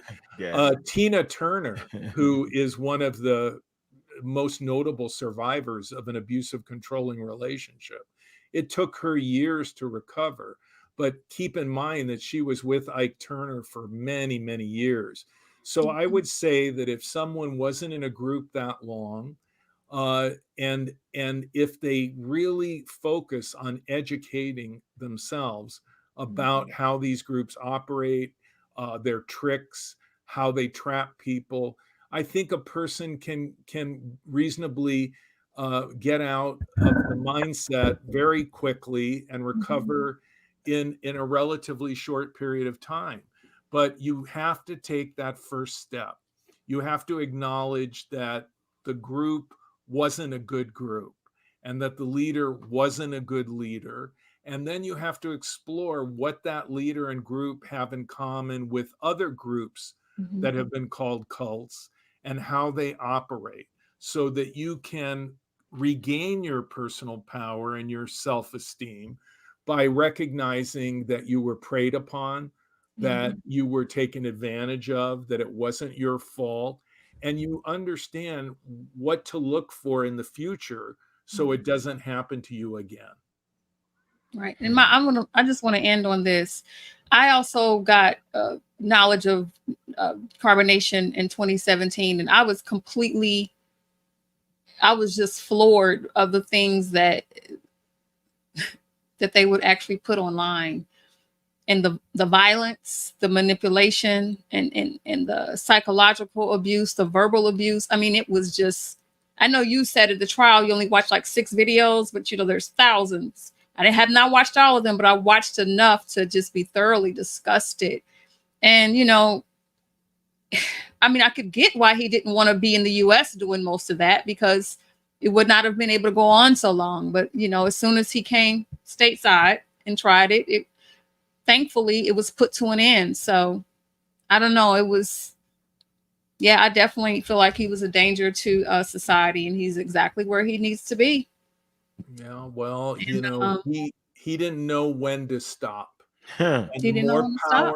the more power he got, the more power he wanted. The more women he got, the more women he wanted. The more Right. obedient people were, the more obedient he wanted them to be. I mean, it got to the point where you saw the video where he said, "I'm God. Oh yeah. I'm God." I mean, I'm first God. he was, he was It was a nature. progression. Yeah, he got. It was like, we're God. We're all gods. And then, it was like, the more he, the more he saw himself as the center of the universe, the worse he got. And I would argue that cult leaders are often a victim of their own success. That is, they create a kind of alternate reality that they inhabit, where people are constantly telling them, you're wonderful, you're fantastic, you're Yeah. never wrong, you're always right. Right. And these are not really mentally healthy people to begin with. And you give a narcissist all of that adulation, or a sociopath or a psychopath, and they just feed on it, and it Yeah. pumps them up and they get worse. I mean, this is what I've seen play out over and over again in so many cults that I've dealt with over the years. Thank you for answering my Oh, questions. man. Dialogue. So, yeah, how many questions do you want to take? How much time you got left? Go for, it's okay. You know, any questions that you have, I'll be happy to help. All right, we're gonna bring some people from the chat up in here. Y'all get one question and we keep it moving, man. Listen, we're having a great interview. We listened to Rick Allen Ross. Emphasis on Allen, not to get confused with Rick Ross. Get that straight. And we're having a high-level conversation with an expert on cults, man. His life work has been in that, and we appreciate him, and especially the way he got in it, got sucked into it. But now you're here with us. Appreciate you, and my work has always been centered around how come I could not tell what York was getting wrong. I can remember being in those moments thinking that was correct information. I was like, yeah, that's it. Right? They over here lying to us. Man, this is it. I remember that like it was yesterday. And now as I look back on in hindsight, if I'd had scientific literacy, I would have been able to deconstruct what he was talking about and say, man, that's some weird information. So specifically for our community, Rick Allen Ross, I think, you know, we think we're Native Americans, right? We think we are Egyptians. We think we are the Hebrews. Matter of fact, we think we start saying we're everybody. It becomes, so we're up against it, man. And it's a struggle and a fight every day to educate specifically our community on what it is you need to know. And it's just a fight, man. It's an uphill battle, but we're built for it. We built for the internet. So we here, we come to be like they come to be on the internet. We here, and we always putting up good information to make sure that. So we got a caller coming in. Sunchild, what's going on? What's your question? Yeah, peace. Thanks for allowing me in, Brother Ankh. My question is on the book by Stephen Hassan, The Cult of Trump. Have you read that book, sir? What are your, I hear you speaking about religious cults. What about non-religious cults, in particular this one, what's called the Cult of Trump? Can you give us any insight on that? Well, I think Donald Trump does fit kind of the profile of a wannabe cult leader, but he's not a cult leader. I don't think he brainwashed the people that follow him or that vote for him. They already believed in what they believe, which may be very disturbing to a lot of people, but that's how they feel about the world. And Donald Trump, in that sense, is not their leader as much as he is their vessel, that he basically says what they want to hear. I can remember when Donald Trump was in Alabama and he was doing a speaking engagement with Bill O'Reilly. And at one point he started talking about the Moderna vaccine, which came about through what he called Project Warp Speed to develop a really effective vaccine. And he bragged about the vaccine. And he said, I have taken it. I've got all my shots. And Bill O'Reilly said, yeah, me too. And he reached out to the crowd and he said, how about you? Everybody get your vaccine. And they started booing him. They started booing him. Now, in my experience, cult leaders don't get booed. They can say anything and their people will just adjust their mind to fit whatever the cult leader dictates. So Donald Trump did the exact opposite. He adjusted his rhetoric to fit the mood of the crowd, and he backed away from advocating vaccines and started talking about how he was against mandates and the crowd started clapping and cheering. But to me, Donald Trump is a salesman. He's selling himself. His message is tailored to his audience, and but this is a movement of people that has been around for a long time, and they have very definite beliefs. Many of them support him because of their religious beliefs. Many of them support him because of their fear of the other, meaning that they're racist. And their attitude is not because they were brainwashed. And Donald Trump is not an absolute totalitarian leader. He was elected and he then was rejected, and now he's running for election again. And as you can see, he's accountable to the legal system. So he owes like $500 million right now. So I would say that Donald Trump would like to be a kind of cult leader, but I would say that cult leaders are not aspirational. They are in the present. And you can see that by the power they wield, and by the way in which they manipulate people. And I really don't see that pattern with Donald Trump. Mm. Okay, man, that was a great answer. Great question, great answer with that. Appreciate that. Kyle, what's good, man? Welcome to the Community Skeptics, man. What's on your mind? What's your question, man? You got to unmute yourself. I mean, you would think that I would know how to unmute the mic. Right. Boy, I tell you. How y'all doing, man? First and foremost, we good, man. We good. Now, I'm sorry if it's already has been addressed. I came in like 20 minutes into the discussion. But my question is, what, if any, is the effect of one's level of religiousness or religiosity versus scientific literacy is related to being manipulated into a cult? Well, I mean, many cults are based on some form of religion, but many are not. For example, Synanon was a drug rehab community led by Charles Diedrich that became a cult.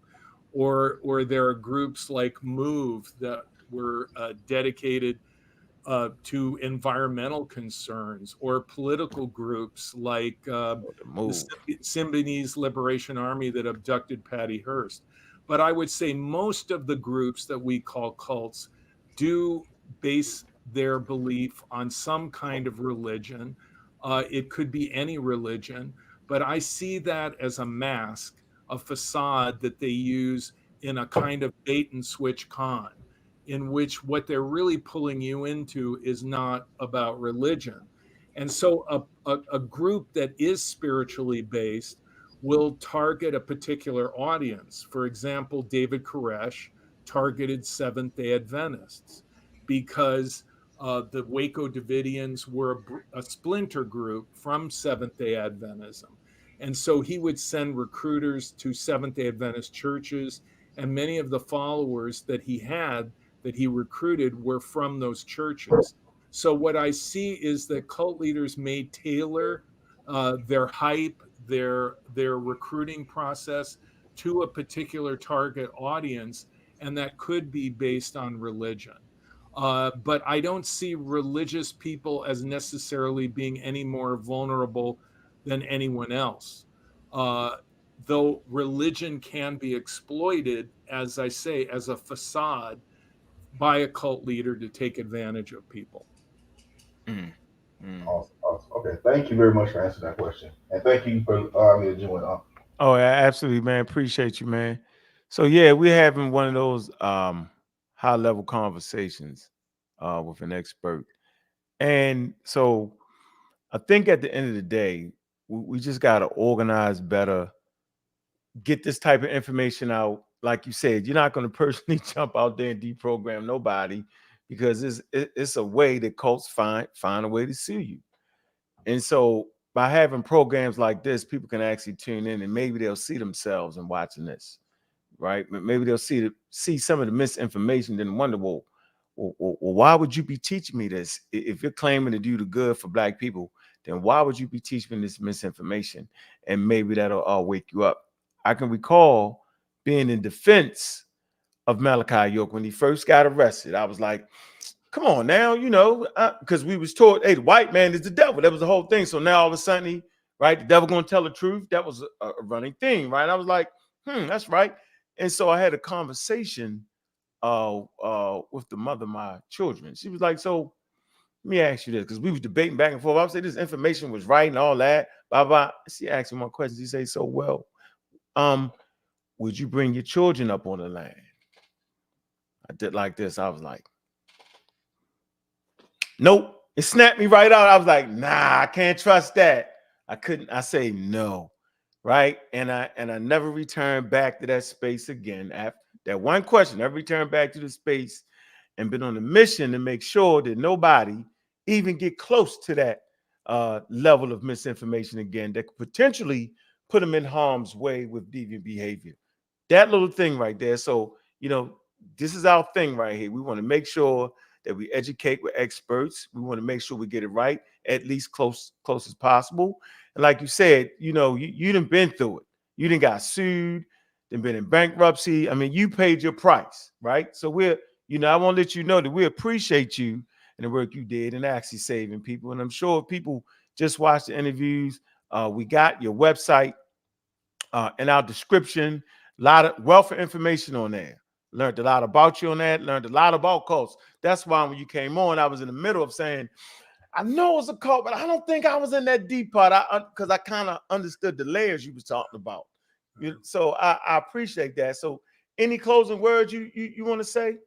Well, I just want to say that I launched that website, culteducation.com, in 1995. Originally, it was called rickross.com, but when Rick Ross, the rapper, became so famous, I had to give up that domain name because people were coming to it to find the rapper, not to find information about cults. Okay. I still do interventions, but not on an involuntary basis, strictly on a voluntary basis where people are free to go at any time if they wish. Usually they'll stay and talk because of their family and because they care about their family and they respect the concern of their family. But for anyone that's out there that's really wondering whether they're in a problematic group that might be potentially unsafe, just go to culteducation.com and you can look at the warning signs under getting help. And you can also see subsections about many, many groups, including, by the way, the Nuwabians and Nature Boy, Eligio Bishop. Yeah. Okay, y'all want any closing remarks for him? Tiff, Juju? Yes. So sometimes, so we have these discussions as well where people will say, well, so many things can be considered a cult. And I know on your website, you actually differentiate between destructive cults and non-destructive cults. So could you say like just a few things about that? Like many groups can be, I guess, be considered that. Yeah, but they're not all destructive. Yeah, Tiffany, it's possible for a group to have an authoritarian leader, charismatic leader, and even for that leader to have undue influence, but yet do no harm.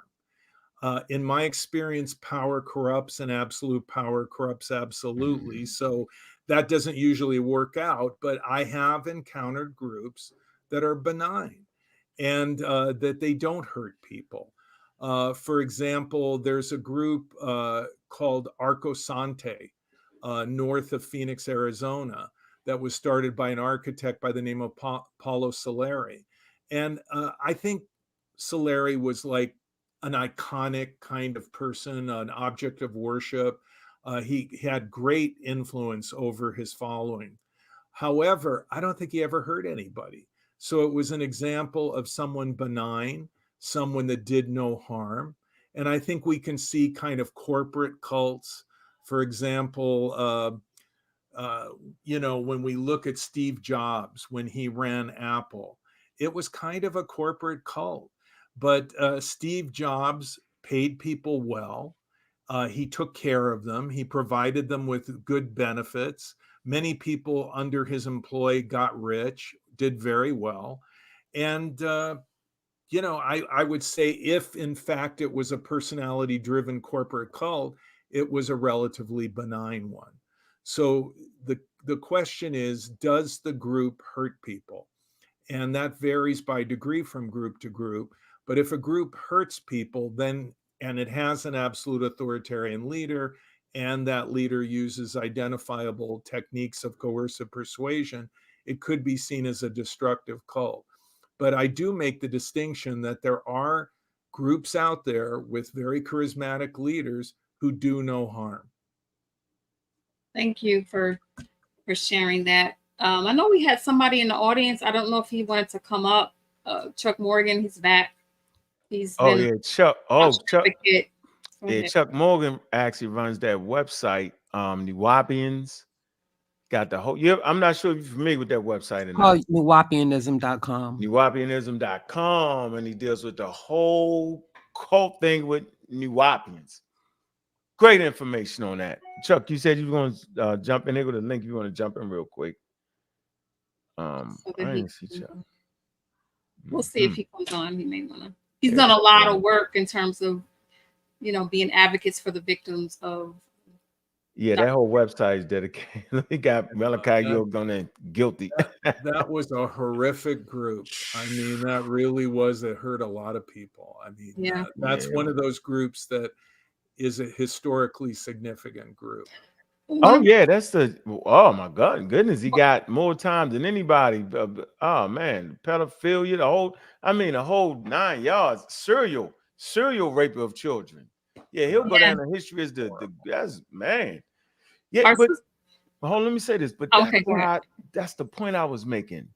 I felt like that our community was far more susceptible based off of just slavery, based off of not really being, slavery kind of erases people, right? And you had to rebuild from that point. And if you rebuild with misinformation and lies and deceit, it just makes you very, very vulnerable. Right. I say that. Chuck, what's going on, man? Greetings, everyone. Excellent show. I learned a lot.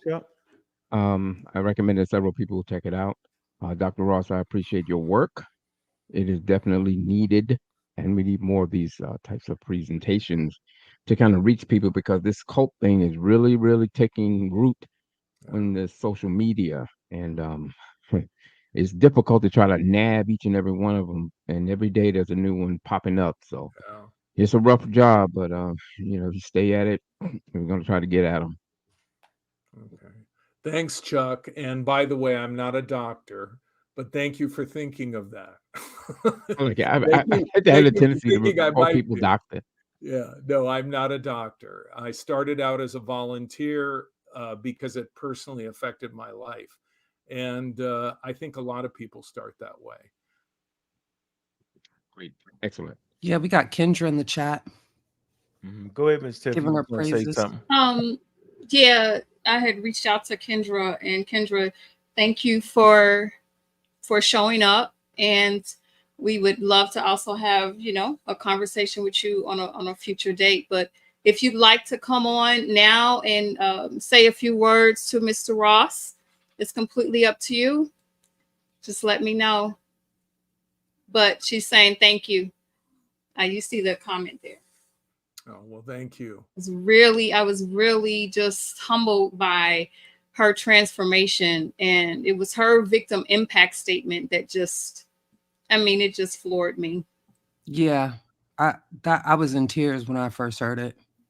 But Kendra, your bravery, like you did what a lot of people have not, could not, did not do, and I just want to commend you, because I would say that that would give credence to you really helping to save young ones, to save the babies, because how much longer, how much more are we gonna let this happen? So I think she wants to come up, so I'm gonna post a link so that she can. I'm a firm believer that education on the subject, like you're like the best kept secret. I seen you on Layla Wells' show. Great. I did an interview with her, and like I said, we she actually did that research. We broke that case. I called the double cult. Like, how can the Nation of Islam be in a cult? Craziest thing ever. Dianetics, the most Xenu and the whole nonsense. So, yeah, I think as long it's like a family that's been abused, and you allow the abuser to continue to abuse because no one actually speaks on them. They're quiet, right? So I think it's important to keep the rallying cry, right? You talked about, okay, the word you used was, I want to get this right. Okay, all right. Involuntary deprogramming as opposed to voluntary. No, voluntary. So involuntary is what you got you in trouble, right? I like the words. And so you're saying voluntary, where the family has to actually get the person to come in. You can talk. I'm glad you made that distinction right there. Okay.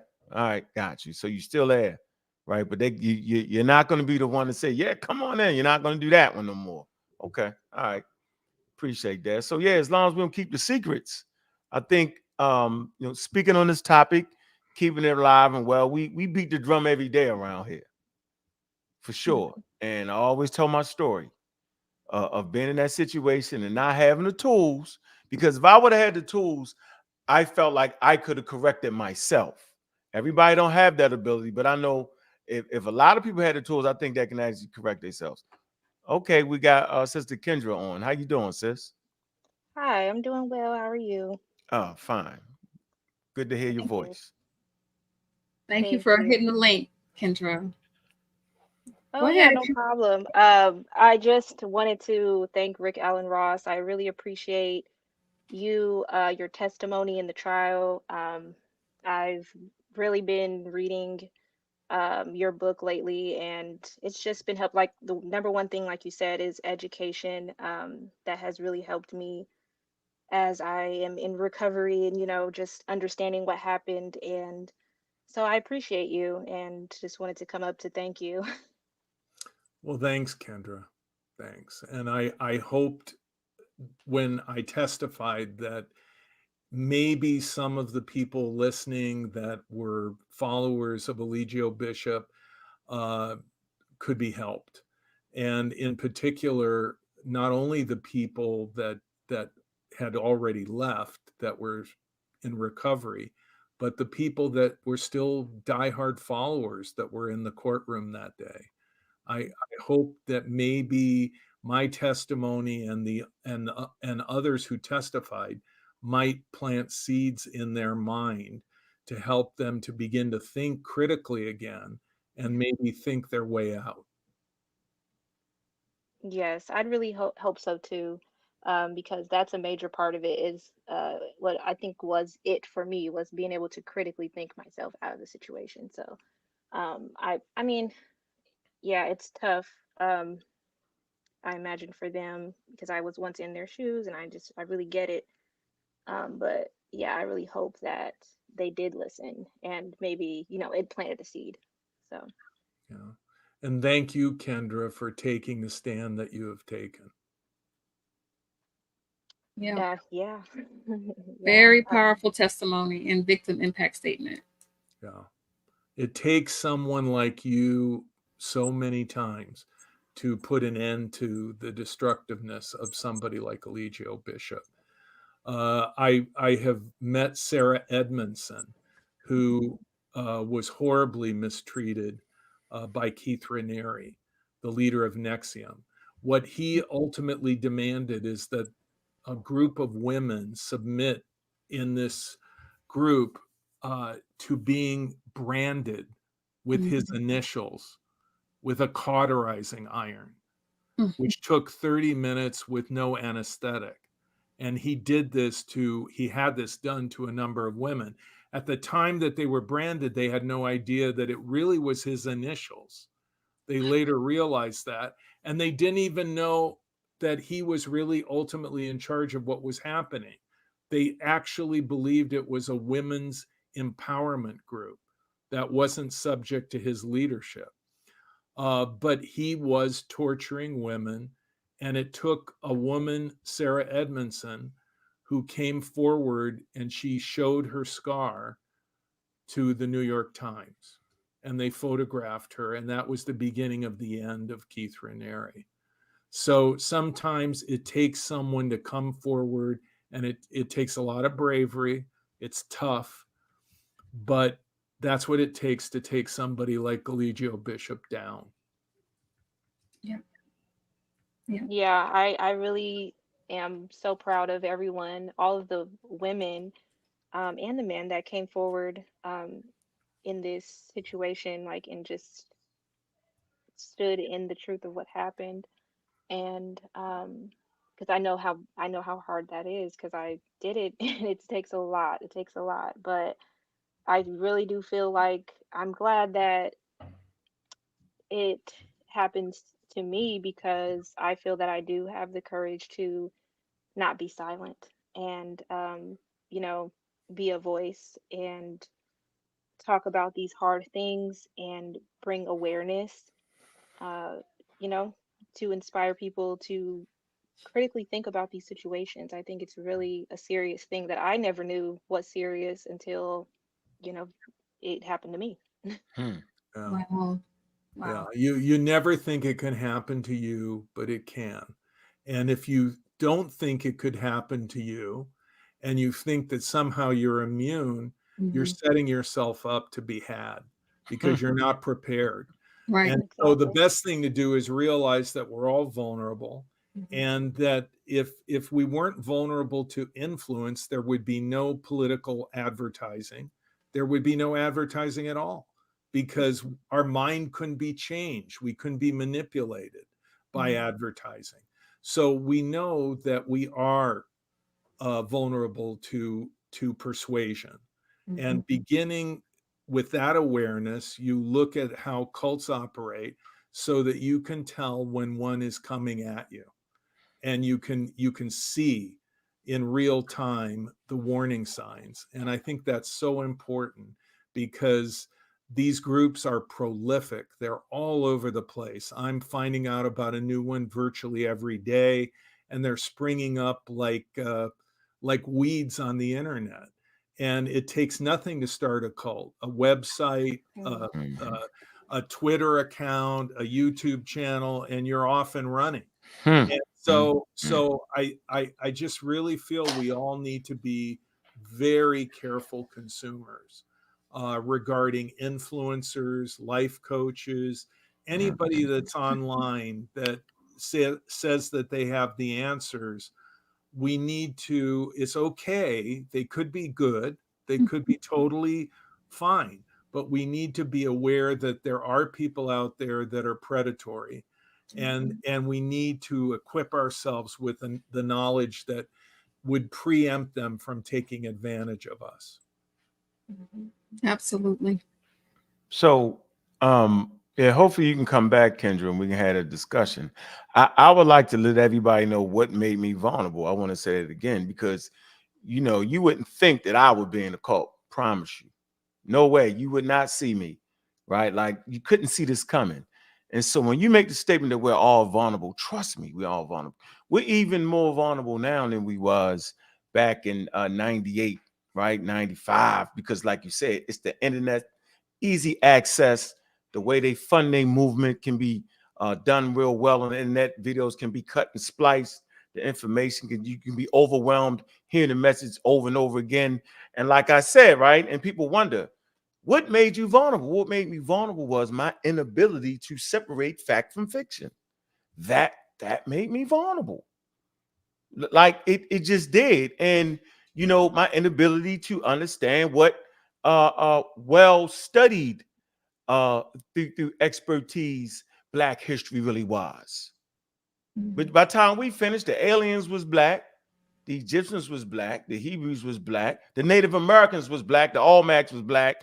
Matter of fact, wasn't nobody but Black people on Earth by the time we got finished, right? I didn't have Charles Darwin. See, if I'd have had Charles Darwin, I could have made that measure right there. I could have understood what evolution was and what it wasn't, and I could have made that distinction that, fundamentally speaking, matter of fact, all humans are 99.99 the same. And as you look at any of us, you're just looking at different variations of the same daggone thing. And this culture that actually separates us, right? I didn't know that. I actually thought that these group of people was was a whole different group with a different origin. This group was a different origin, and we was the superior because we was in Africa. Like I got right there. You was pulling on my heartstrings. And so now y'all know why I always start off with evolution, get that understanding right, understand, study world religions.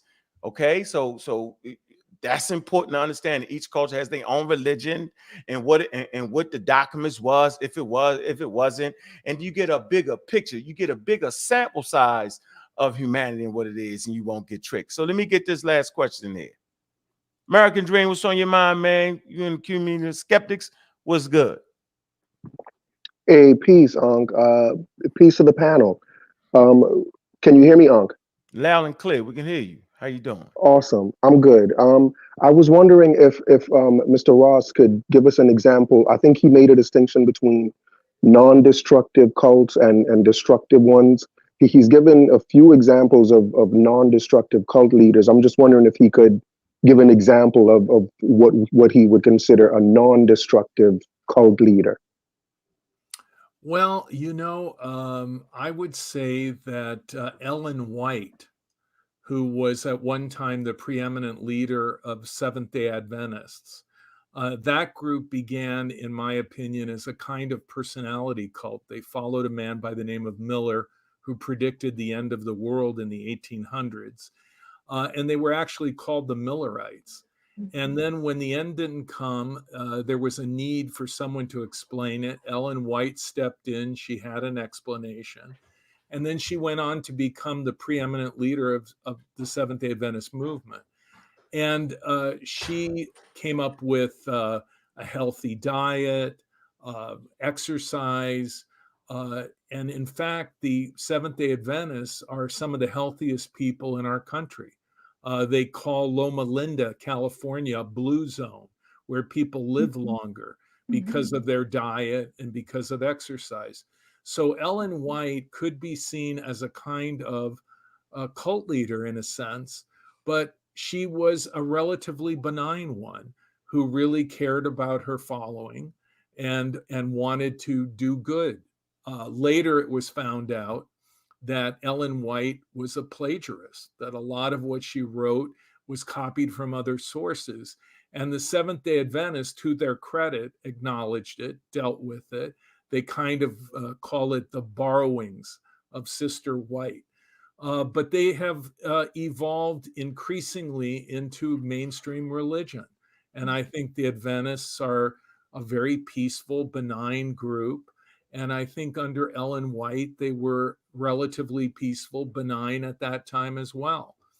Other groups, for example, Scientology, don't necessarily evolve in that way. When L. Ron Hubbard died, David Miscavige took over Scientology.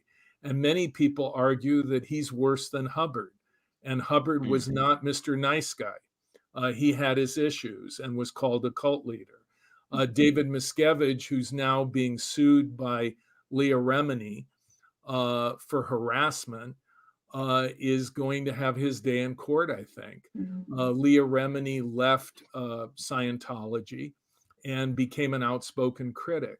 And I think Leah Remini is an example of something that we need to acknowledge, which is children who are raised in cults. They have no choice. They simply are in the group because their parents are in the group and they're raised in the group.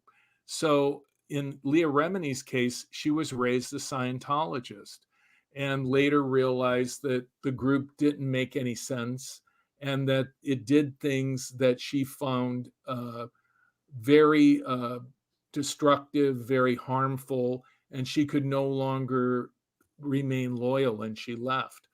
And then she became an outspoken critic, and she was harassed for it. So there's a whole category of cult member that we should acknowledge, which is children who are raised in or brought into cults by their parents.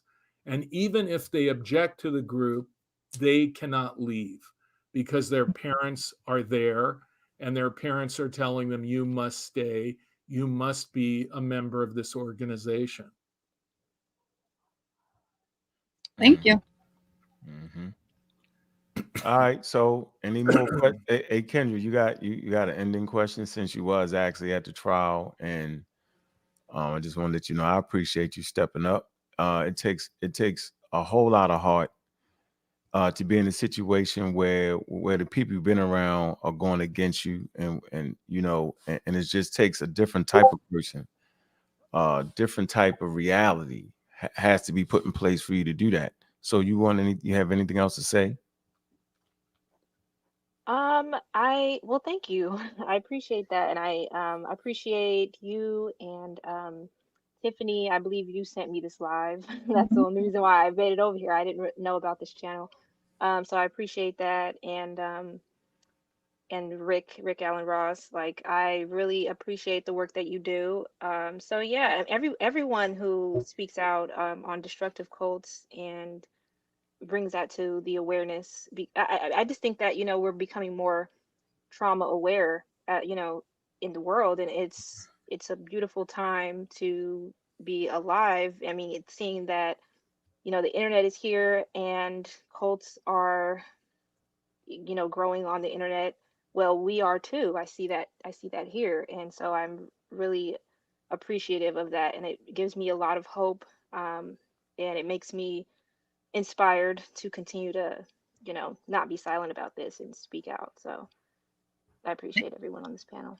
Thank you. Thank you again, Kendra. Appreciate it. All right. I'll see you guys soon. I'll probably talk to you soon. Oh yeah, absolutely. We'll set something Yeah. up. All right. I appreciate Thank you. everyone. Yeah. Thank you. Mhm. Oh, so we up against it. We don't want to keep Rick Allen Ross too long. We're gonna have an after show. Get some good commentary on the show, man. We doing these shows for the people like we've been doing it as always. So, hey, Chuck, I appreciate your work too, Chuck.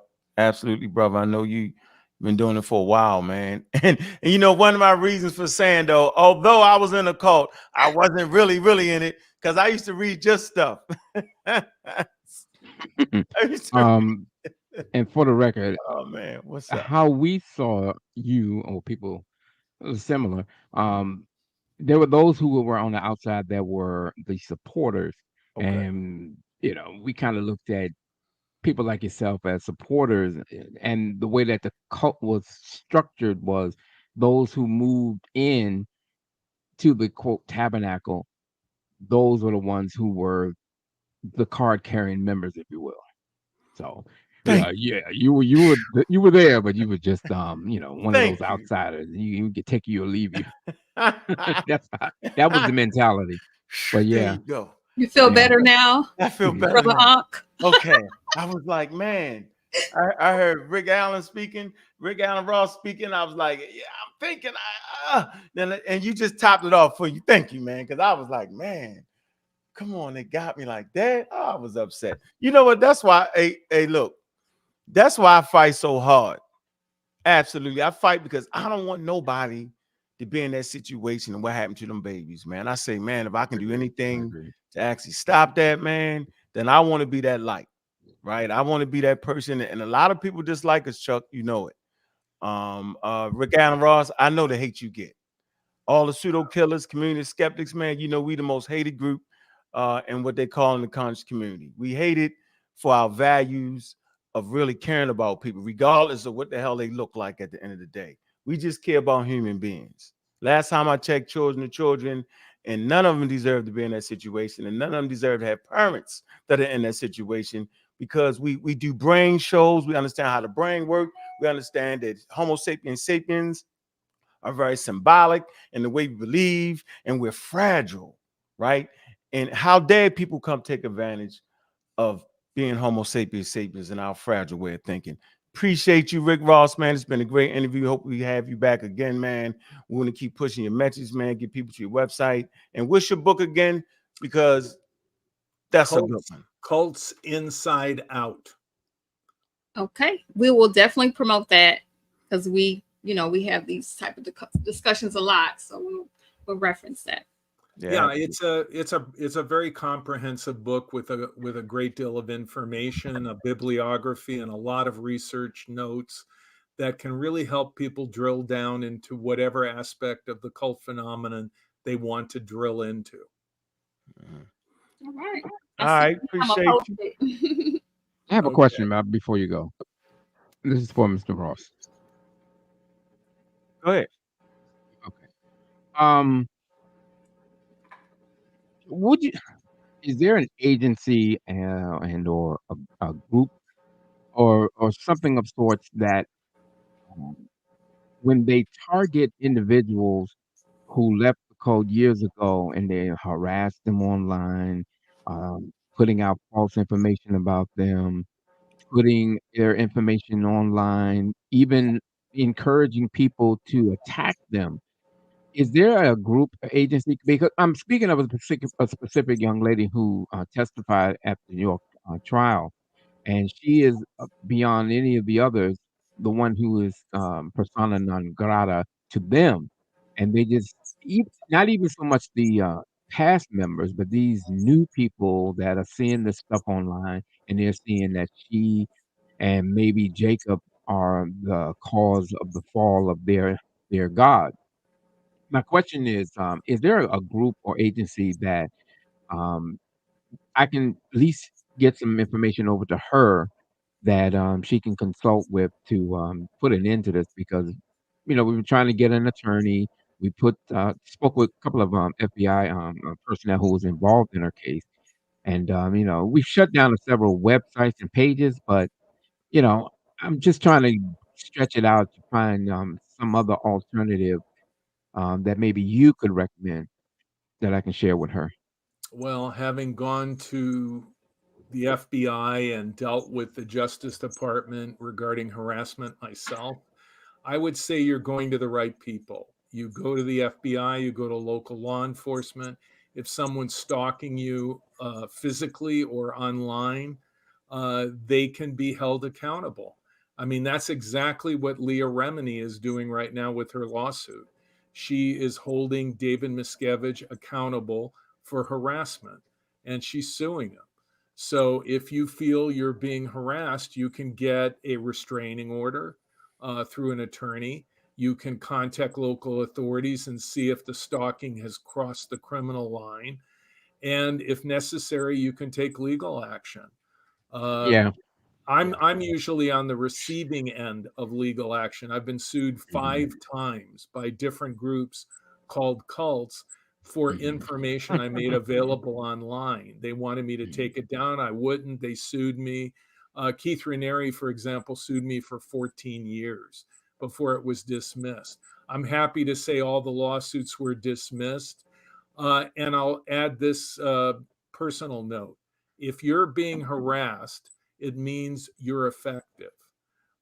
They wouldn't bother if they thought you were not causing people to really look at them skeptically.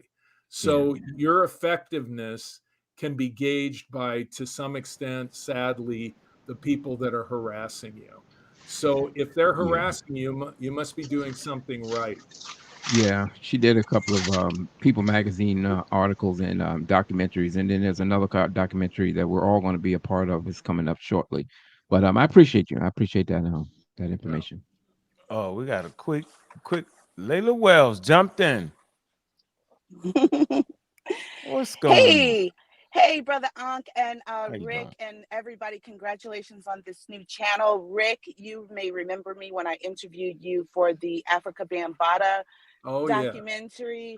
Yes, thank you so much. I just can't believe that you and Ankh hooked up. This is perfect. So the Nature Boy situation was very disturbing, and the Bambaataa situation is still disturbing, and how the group turns on the victims. And that's what I wanted to ask you, if you could, before you go, talk about how when these people do try to make a stand, even from being abused as children, and how the group will turn on them and then they live in fear. So when they don't want to come forward, and when the jury or whoever may say, why didn't they just leave? The fear is very real, and sometimes there are real life repercussions. Thank you. Yeah, I mean, when people speak out, there is retaliation. Many people tried to speak out about Keith Raniere, the leader of NXIVM, for years, and he would sue them, he would harass them, he would hire private investigators to put people under surveillance. One woman, Tony Natale, who he at one time had a relationship with, but she left him because he was so crazy. He drove her into bankruptcy through harassing lawsuits, and he even had her home broken into and her dog killed. So I think that harassment is sadly a byproduct of stepping forward at times, and it's very difficult for people to step forward. And I am greatly impressed by people who do, and people who are willing to take that on, because but at the same time, I can understand people who say, I left the group, I don't want to come out publicly, I don't want to take it on publicly, and they should not feel guilty because they don't. That's their prerogative, that's their choice.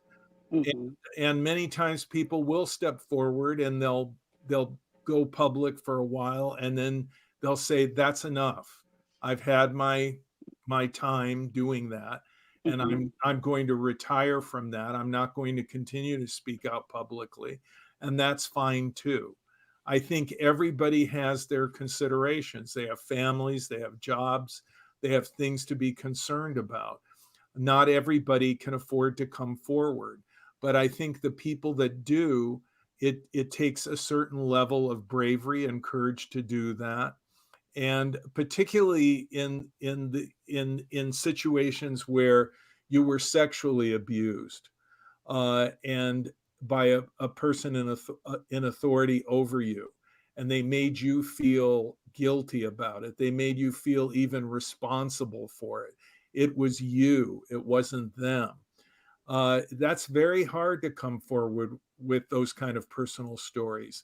There's a lot of shaming, there's a lot of guilt, but I think people should realize that it's the predator who's the problem, not you, and that you have nothing to be ashamed of at all. And that whether you come forward or not, that's your choice. But if you do, know that there's nothing that you did wrong. There's nothing you should be ashamed of. It's the predator. And you know, Rick, you and I talked about this, but it's always so amazing. And Ankh and I spoke about this, that the cult leader predator will, start out with all the women sexually. Then they move to the men, and then they move to the children. It's like they conquer everyone sexually. What do you think is up with that? It's all about power and control. It's not about sex. It's about subordinating people to the will of the leader, to see them in submission to the leader. I mean, for Keith Raniere, I can tell you that it was always to humiliate, to subordinate women to his whims. I mean, he wanted to have power. We know that about rape, for example, as a crime, that the perpetrators, typically it's about power and control, not about sex. So it doesn't surprise me that cult leaders will try to subject everyone to their control and to dominate everyone. I mean, Charles Manson did that. He had sex with men, he had sex with women that followed him. For him, in my view, it was always about them submitting to him and his will. And so I think that is the key to understanding the behavior of cult leaders who become sexual predators in that sense. Thank you so much. Thank you, Ankh, for letting me on. I was on the highway and had to pull over. Oh, I'm glad you did pull over, Leela. And I got the ones on here now, right? You got the second strings and the first string. This is definitely the first strings on here. You Thank you. appreciate Shout your out to work, Chuck sis. Morgan. Peace Chuck sign, Morgan, right? Yeah, long time. Man, Haven't talked in a while. We got to did. get together. Yes, we do. We're gonna do our own cult show. Thank you, Rick. You All right, kicking all it right. off over here. All right, thanks, Ankh. I appreciate you. So yeah, we did it big today. Had some surprises stop through with this interview, which just and I appreciate And we've been on these front lines, man. So this is one of them frontline shows with expertise that experienced these cults personally, been in the midst of them, and have fought against them. That's all we do. That's what we do. So look, I appreciate everybody stopping through. Appreciate you, Rick, man. Excellent show. Definitely gonna go down the archives as one of the best and informative. They can't be mad at me today. Only those who stuck in the cult will be mad. Those who like good information will appreciate this. Well, thank you for having me on. Appreciate it. All right, Absolutely. Thank you All for right. being here. All Thank you. All right. Take All right, care. peace. All righty. Thanks. Peace. Joy.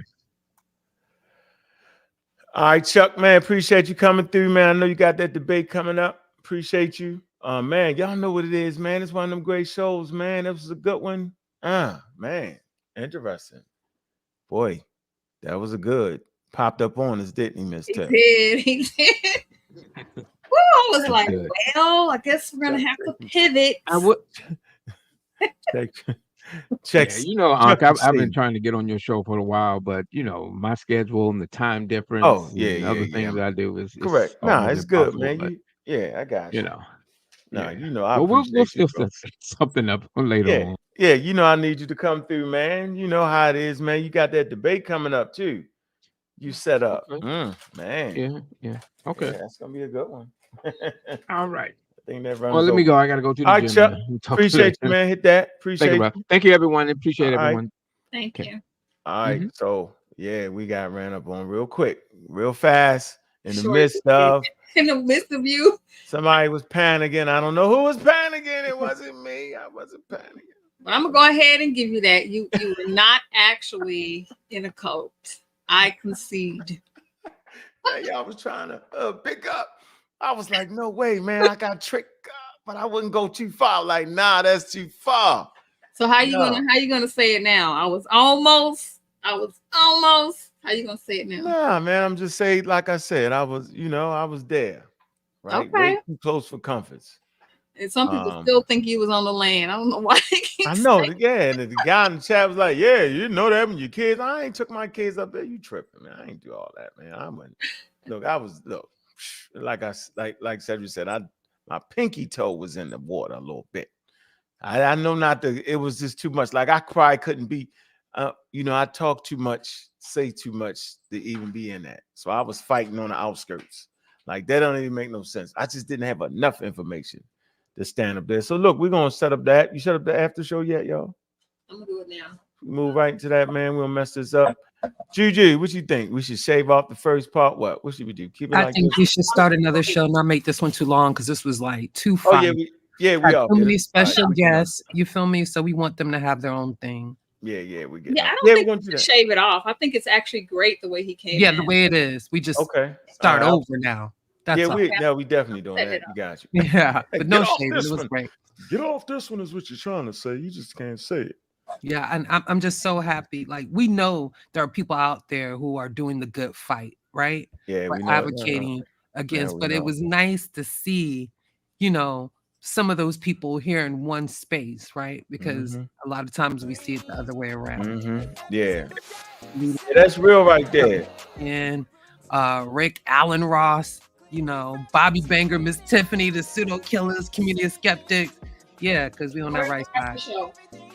Go on. Hey, we're gonna hit that other show, man. Had that discussion, man. That y'all come on.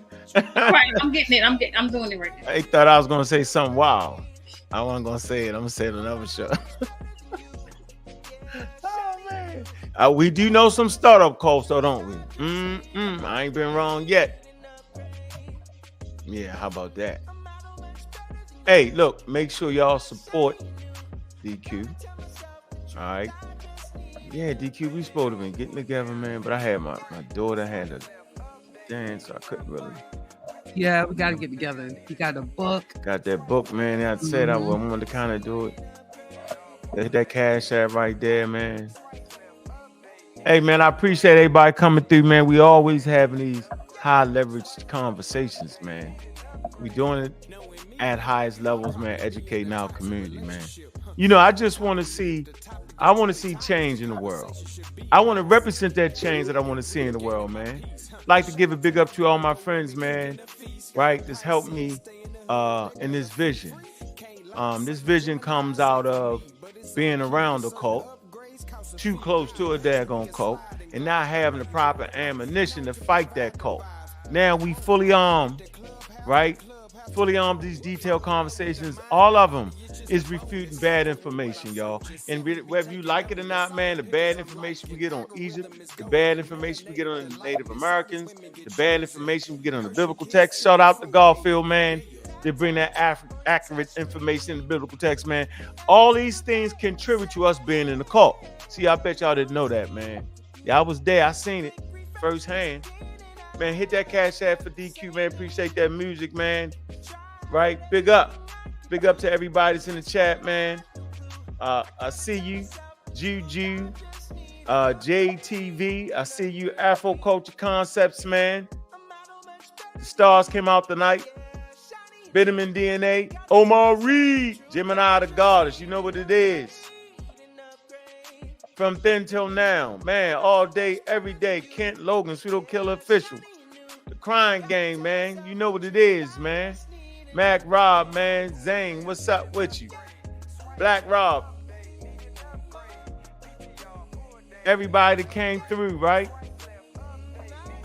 Leela Wells, appreciate you. Tone 360 Dialect. I'm going to give it an answer to the question. Zoo, 221. You'll say gaslighting is a trait. Hey. Yeah, I think it's set. Hold on one with second. that, man, we out. We're going to go over to the other thing.